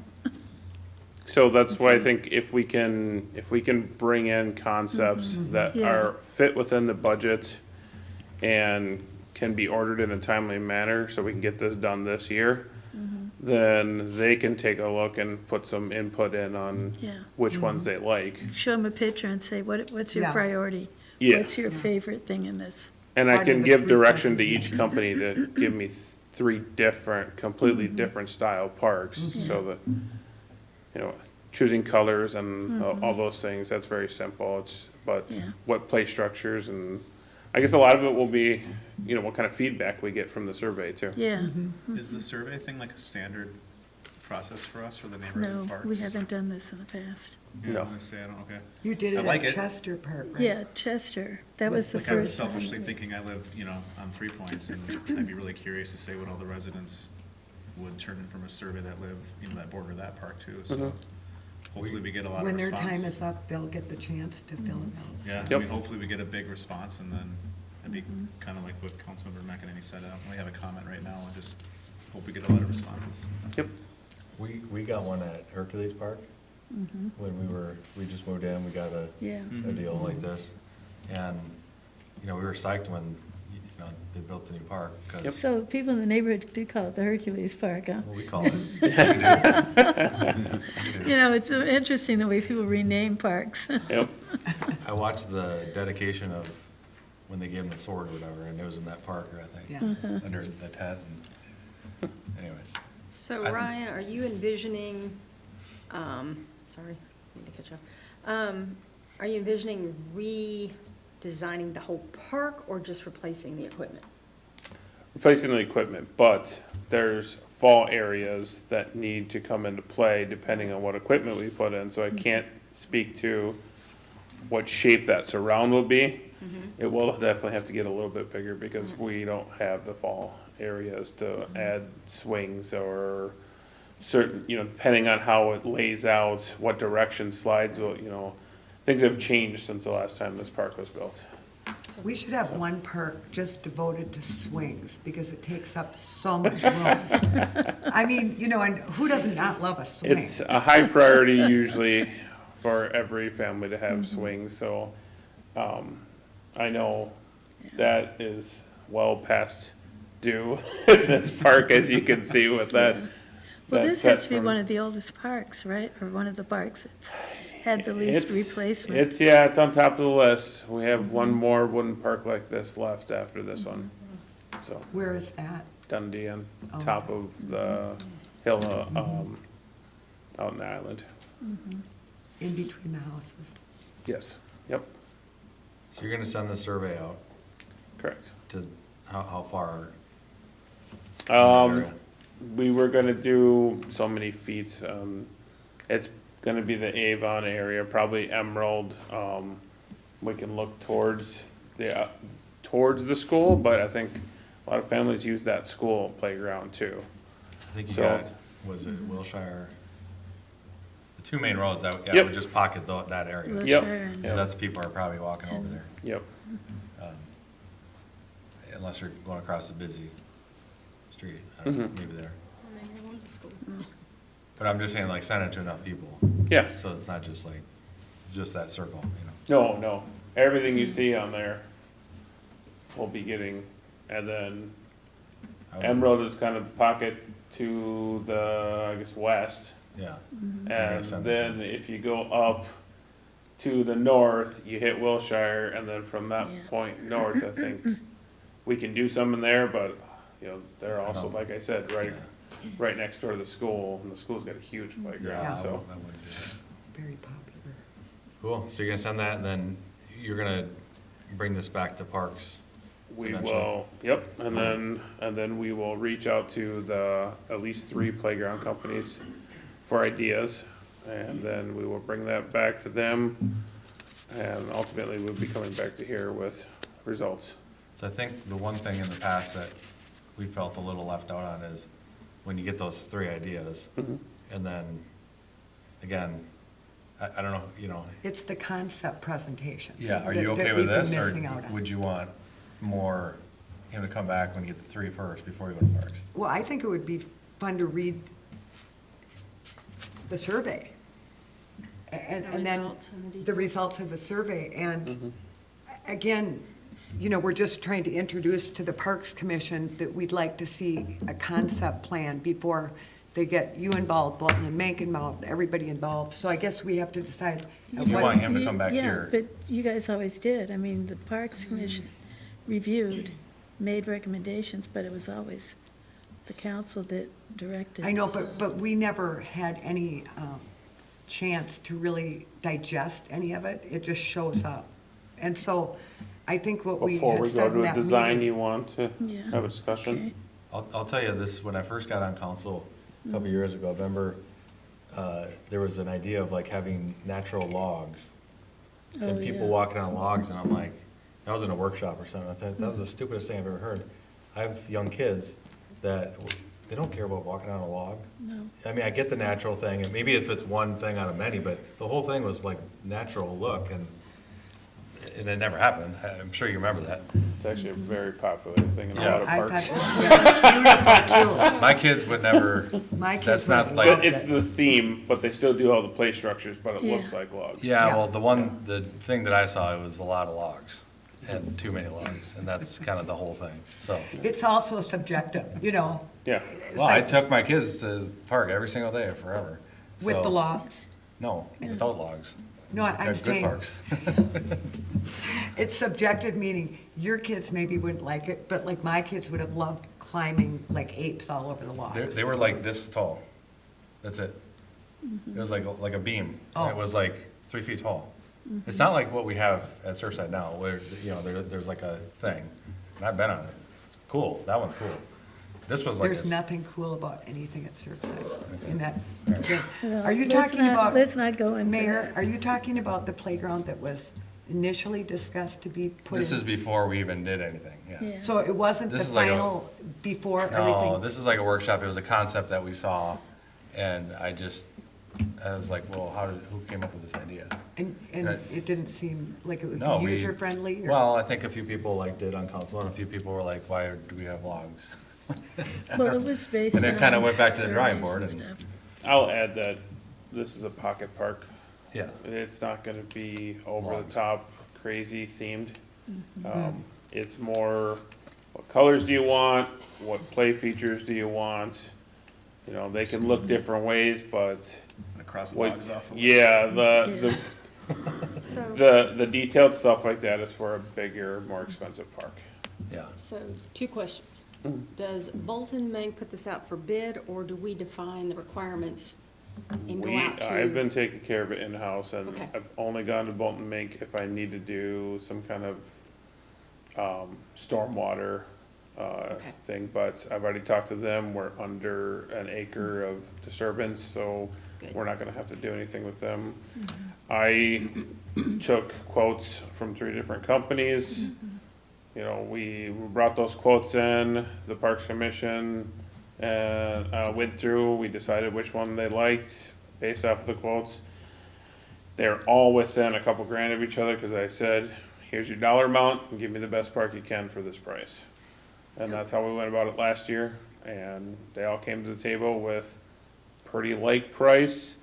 Some of them didn't wanna bring fiber mulch in their price, they wanna charge extra for certain things. I left it to them to meet that price point, so. So question number 2. Speaking of fiber, I know when I was looking at this online and stuff, they make this mat that's, I don't even know what it's made out of. Obviously, it's gonna be expensive. but I don't know what the lifetime expectations are. Is there any way we can get some sort of estimates on that versus putting in more of this mulch that you have to maintain?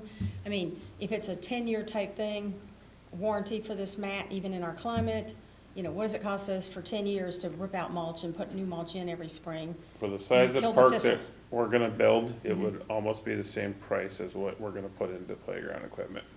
You're talking You'd about be portable. doubling- To You'd be replace- doubling To the, replace mulch. It's. no, that do the mat rubber out there mat. past- Yeah, It's a ground tire, like, it's, we It's have some stuck together. at Surfside on some walking paths, Yeah. and they use it for ADA walk, Right. that's you know, what I was paths thinking. now, but there's parks that do the full. Yeah, because there's a park just out there past Allen Islands that's in Minnetrista, and that's what they've used. It's neat, tidy, clean. The one that's on the main road to the other island, that one? I think so. It's on Tuxedo, I think, yeah. I mean, I'm just trying to look at it from a long-term perspective. What's the difference in cost versus the work and the time and the effort that you guys have to put into it, as well as the supplies? I mean, because we have a lot of mulch. Those are things I can bring back to the meeting. It would substantially drop Increase. down what we could afford for equipment, Right. so.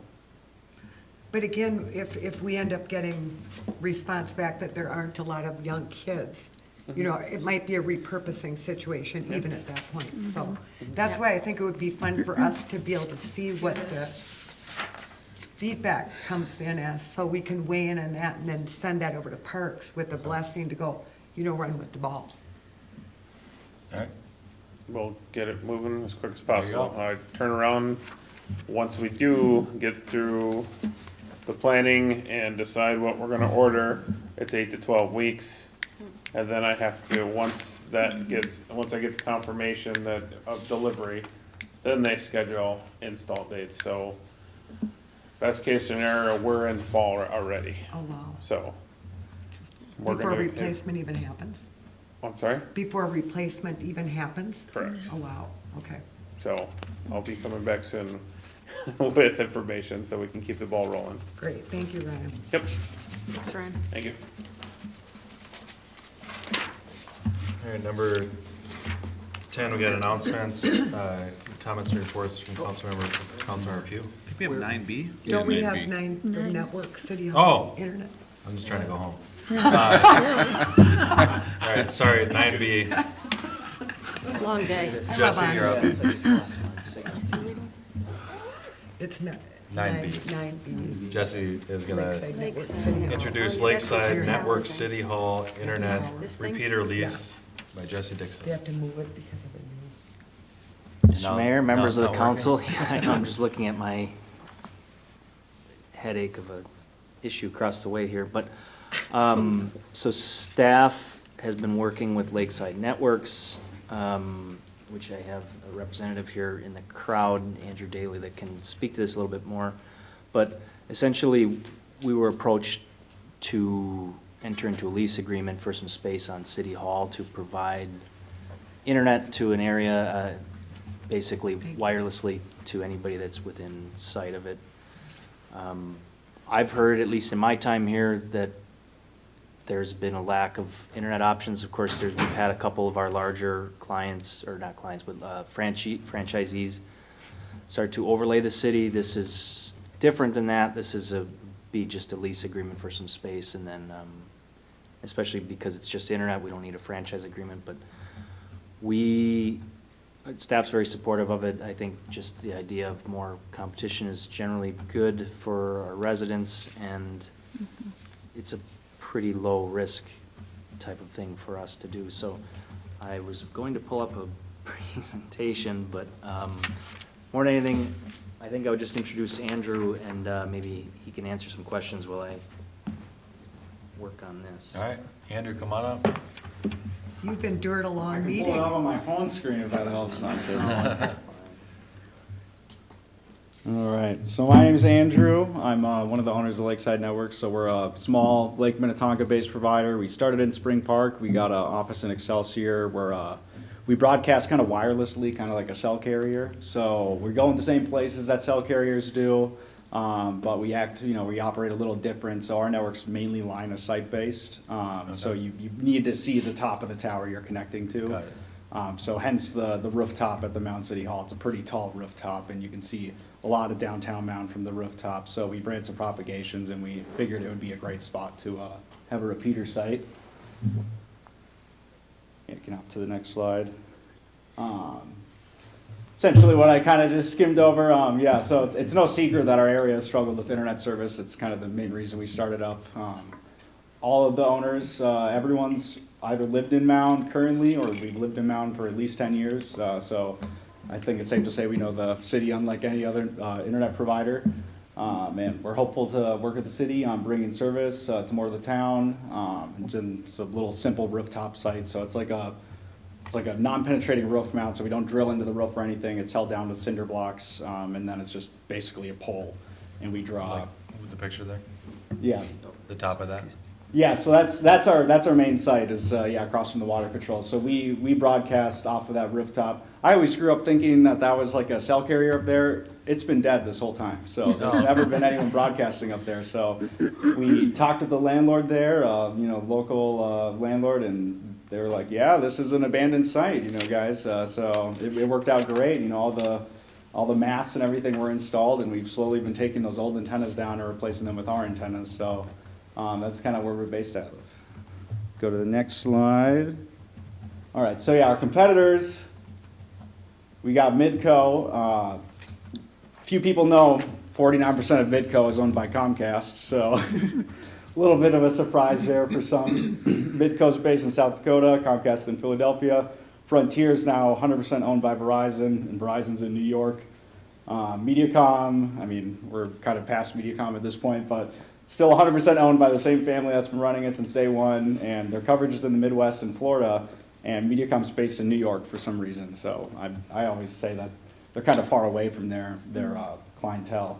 And yeah, we're 100% founded and owned by Mound and Minnetonka graduates. I'm still going to call it Mound. I know it's West Tonka now, but It's Mound, it's past Mound. that yet. I graduated from Mound. So yeah, and we're based in Spring Park, and we have an office in Excelsior as well.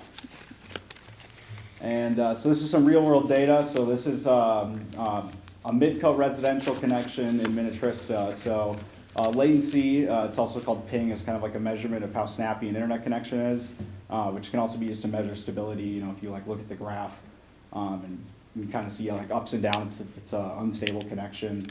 But yeah, so a Midco Minnetrista residential connection is on the top there, and this is at the bottom right is a connection we have in Excelsior, and there's 3 wireless hops plus the coax we used that was already existing in an apartment building, and that's our connection down there. It's still lower than Midco's straight fiber to the premises, so our wireless doesn't degrade the signal as much as you think it would, and it's still a quality service.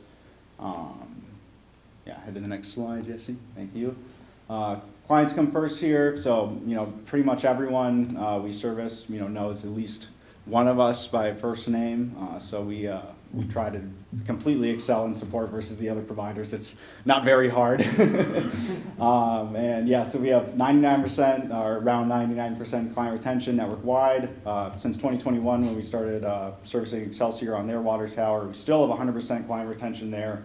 4.8 stars on Google. We primarily grow via referrals, and we don't do lock-in contracts. We do a money-back guarantee, and we've got local offices, no call centers, so when people call us, they call us down the road. And the client retention percentages, we do not include, clients like moving out of our coverage area. If they're like, oh, I'm moving to Watertown, and I'm like, okay, well, I can't service you anymore. So we don't count them on that number. Next slide, Jesse, thank you. And a big part of our business is servicing multi-tenant properties.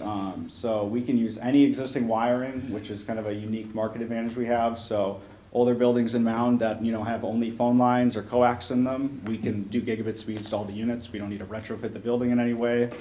We just kind of change what we put on the ends of them. So we're doing that at Dockside Apartments in Spring Park right now. We're reusing the phone lines, and they don't have to tear up their building and have all these changes made to run new cabling. So it's a big win for multifamily properties. And we service Lakewinds condos. We service the whole HOA, so all the 191 units, and they renewed their service last summer. And yeah, they had just Mediacom and Frontier before, and everything was super messy. It was a total mess retrofitting all the MediaCom stuff, but we got it done. And everyone in that building I've heard from has absolutely loved our service. And our speeds are faster and snappier, and the service is more reliable on our wireless link to the building. So we got plenty of interest. We have hundreds of signups. And with this in mind, we kind of use a synergy mix of fiber and wireless to help us grow. An example of this deployment is we ran fiber on Big Island probably 3 or 4 years ago now. And we bring service in wirelessly along the lake shore. So we kind of work with there's 30 or so cabins on Big Island. And we work with the property owner on the west side of the island and the east side of the island. We have a little wireless receiver and we bring the service in that way, and then we run fiber from there to service the rest of the houses. So that kind of hybrid approach, allows us to tackle projects that I don't think any other internet provider would have done. When we reached out to Orno saying, hey, we want to run fiber in the right of way over here, they were like, please do. No one else is going to do this. And when we were running the fiber, we literally had to pick up CenturyLink's DSL because it was laying on the ground, just not maintained, and we had to trench under it. So it was falling apart out there, and we were really happy to make a positive change out there. We just hope to treat Mound a little bit better than the rest of the big corporations. It's kind of just a line item in their books.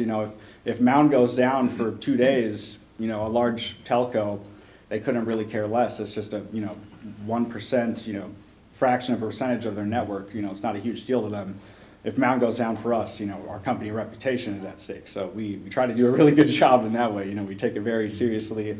And our only core focus is Lake Minnetonka. We definitely don't plan to grow east, towards the metro. We might grow into Waconia as far that west one day, but our core focus, at least the next 5 years, is completely the Lake Minnetonka area. So this area is very important to us. And I think that's it. If you have any questions, I'm ready to go. Well, I'm so excited for you guys. It feels you. like just yesterday I was racing to Jack with kids' broken screens. Oh, yeah. to fix them because nobody else could. But I've heard really great things about your service, and you guys are just nailing it. So I'm Thank you. thrilled that you're here in Mound. Thank you, yeah. Congratulations. Thank you. Any other questions?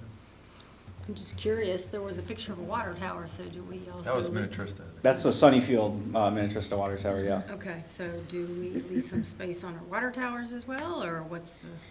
The water towers in Mound are too loaded. There's too many cell carriers on them. And they can, to my understanding, they can replace their older equipment with antennas that take up a lot less space. That's not something we're really advocating for right now. We would like to just start with a little rooftop site. It's kind of simple for both sides, just to have a little repeater site on the rooftop. And then maybe we can look at doing a water tower at a later point. But long-term, we're going to start running fiber in the area. So that's kind of our long-term business goal. Exciting. Yeah. Any other questions?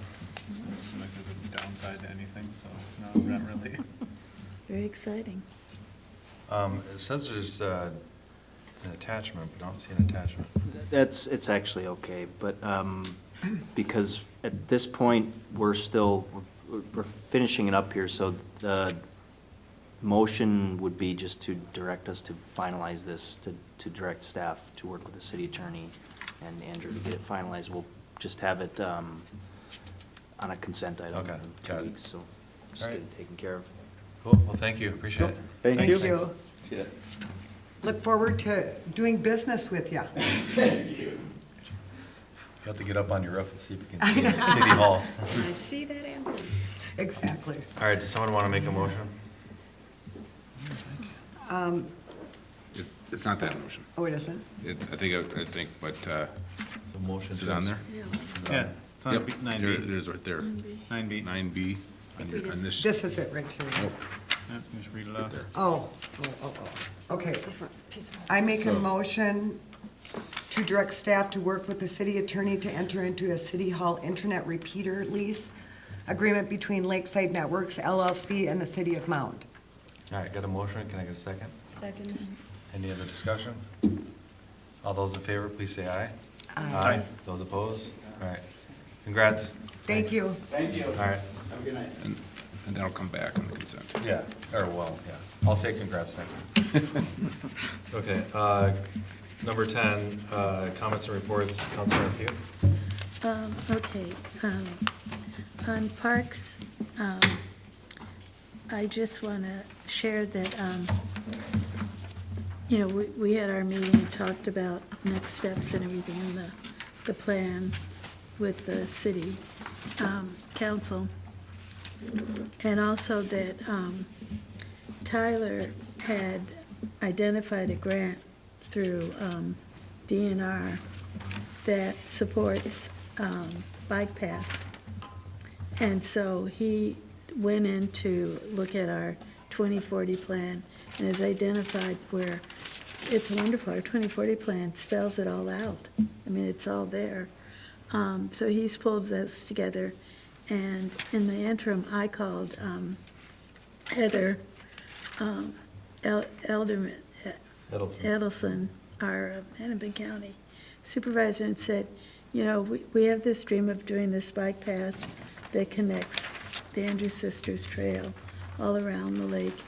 And we know that because of the work that's going to be done on Commerce this year, that the county is going to come in and do its final work. And is there some way we could leverage that situation? And she was all in favor of it and made contact with Lisa, who is in the county's public works. And so Lisa, who works normally with Jesse, those two are going to meet and talk about how we might be able to get the first phase of that trail done. And the work that Tyler's done, he's going to turn that over to Jesse and may work with Jesse if Jesse needs him to. But, you know, it's up to the staff to do that, you know, determination as to who will do that work. So that is a promising piece that we can get that first part that would connect Surfside to, you know, coming down Commerce and stuff. But there's still a lot of work, but there is a grant opportunity that the city could get some money from. But there's also the greater opportunity of leveraging the county's money, which is already budgeted for the road. Anyway, so, and I think that the mayor, the crosswalk, isn't it, on Commerce, isn't that supposed to be dealt with in this construction, I Supposed to be, think? Jesse. Yeah, so, you know, it's all part of that northern route, and then we'll still have to do, what is it? Oh, gosh, what am I forgetting? What's the road that comes into 110? Shoreline?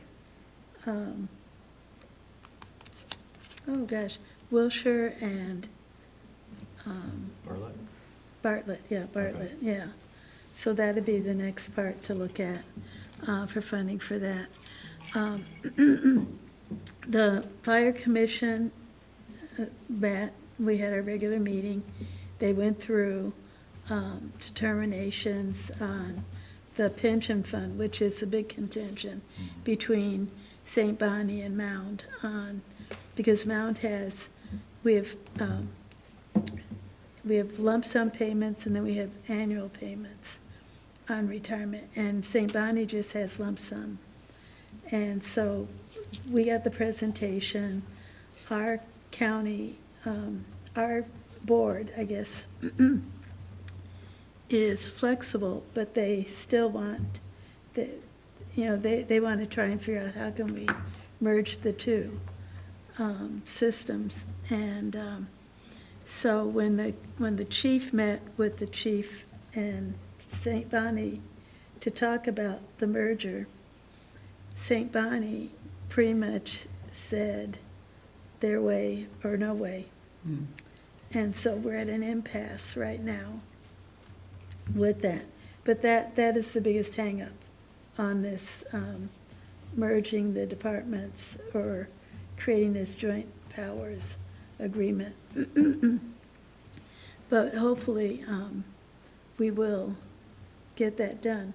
The other thing that happened at the the meeting we did have at the Mound Commission was that the staff has really laid out, and I know we all got a memo from Jesse with the questions he was asking.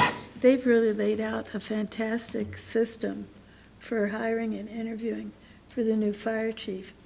And they're looking at having someone on early so that there'll be overlay of their time with the current chief. And, you know, I just really was very impressed with the speed and the whole system that the staff has set up for that piece of work. Okay, and then those are the only commissions. The other thing that I did want to say something about, just briefly, was last week I got invited to a meeting, and it was an invitation-only meeting, and it was a group of volunteers. There were about 60 people there, not your sort of normal high-profile people you see involved in all the organizations and stuff, but just residents in Mound who are concerned about the well-being of other Mound residents who might be subjected to the potential issues around immigrants right now. And so it was really promising, and it just reinforced to me the strength of Mound residents and the commitment and the humanity that we have towards each other in terms of caring for each other, wanting to help. They said that they numbered like 40 churches in the area that are all engaged in organizing food and gift cards and clothing and helping families out who feel that they can't go out on their own. They had systems to work with children and the school district.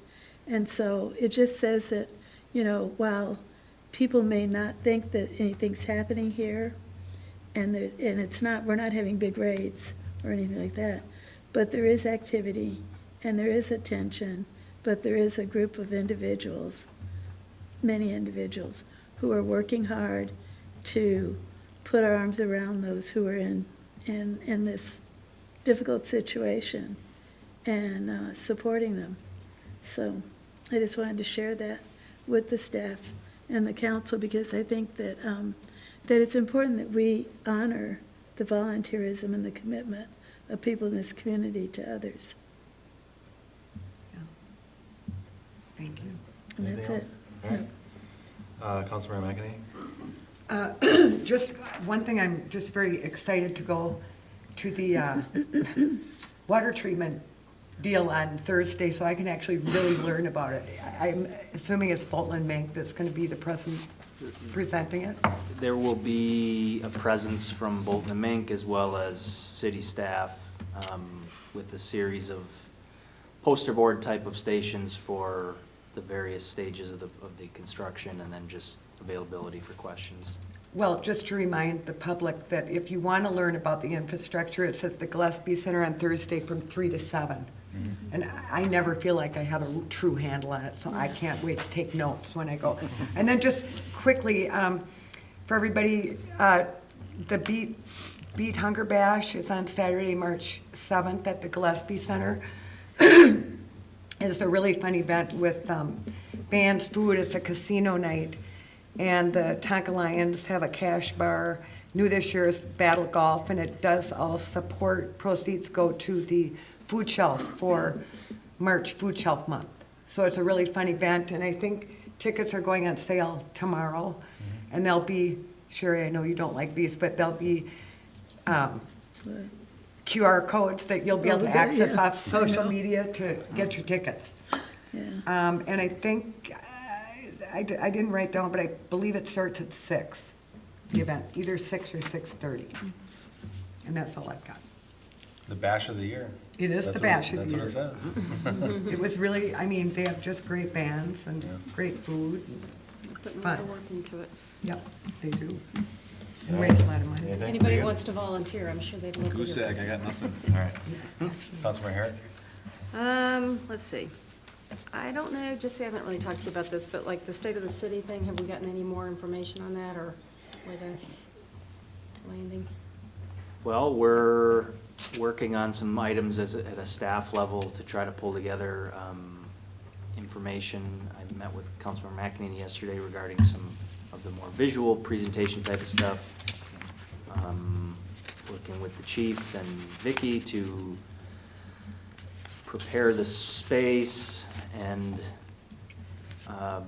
trying to work this week to get everything I feel like I need from Ryan and his staff, and trying to sort of pull something together on my side of things, sort of more on that visual side of things. So we're just still plugging away. I think we were 2 months out yesterday, so so I don't know if It'll be that's a fun enough of an event. update, but. Yeah. I- I did speak to Dan, he is willing to do the cookies for you. Okay. So if you wanna take a note. Homemade cookies or? Oh, Whatever he bakes in his oven, I don't know. You mean over at Church? Yeah. Oh, that's fun. They're really good. I love that. That's what I've heard, so. Yeah. That was good. Okay, the other question I have for Jesse, put him on the spot here. The community development, did you have a chance to look into what we needed to do to actually set up that type of commission or committee? It was shuttered via resolution, so Okay. my assumption is that if can be shut down via resolution, I don't know why we wouldn't be able to bring it back via resolution. That said, it's not a commission in the same sense that the park commission or the planning commission is, so that's my opinion. We can go more into the legalese if we need to, but I mean, for now, I think we're talking about establishing an ad hoc committee Yeah. through the council, so I mean, I think it's fairly straightforward. So we would just call it a committee rather than a commission, and I think so. Can it be part of the HRA too? Is that one of the? I suppose, I mean, I think at that point it would depend on if that committee would be tasked with spending money, which I assume it won't be, and at the end of the day, the council is the HRA, so Mhm. that would just be a preference on whether the council would want to make that distinction. But for now, I think I would keep it simpler. okay. All right, I'll reach out to the one candidate that we had talked about and see what his thoughts are, because we still need to come up with a mission statement and directive on what we want to do. The last thing, which is this Mound Fitness in the Park, which Michael Cripps was so eloquently informing us on. So I guess we just need to wait and get next steps on that and refine some of the requirements and stuff that we would have based on the city's needs. Thank you for finding him. It was a necessity. Check. That's all I got. All right. Well, I already said that I met with the mayor of Spring Park and the chief and deputy chief, so we're working on that. Just a reminder to the public, reach out to your representative and senator. This is our shot again, 15 million, if we can get it. Call them, email, try to help us out. Mayor, at the last meeting, we talked about maybe putting together a letter for, Yeah. I think a lot more people respond to something like that if there's a drafted letter. Yeah.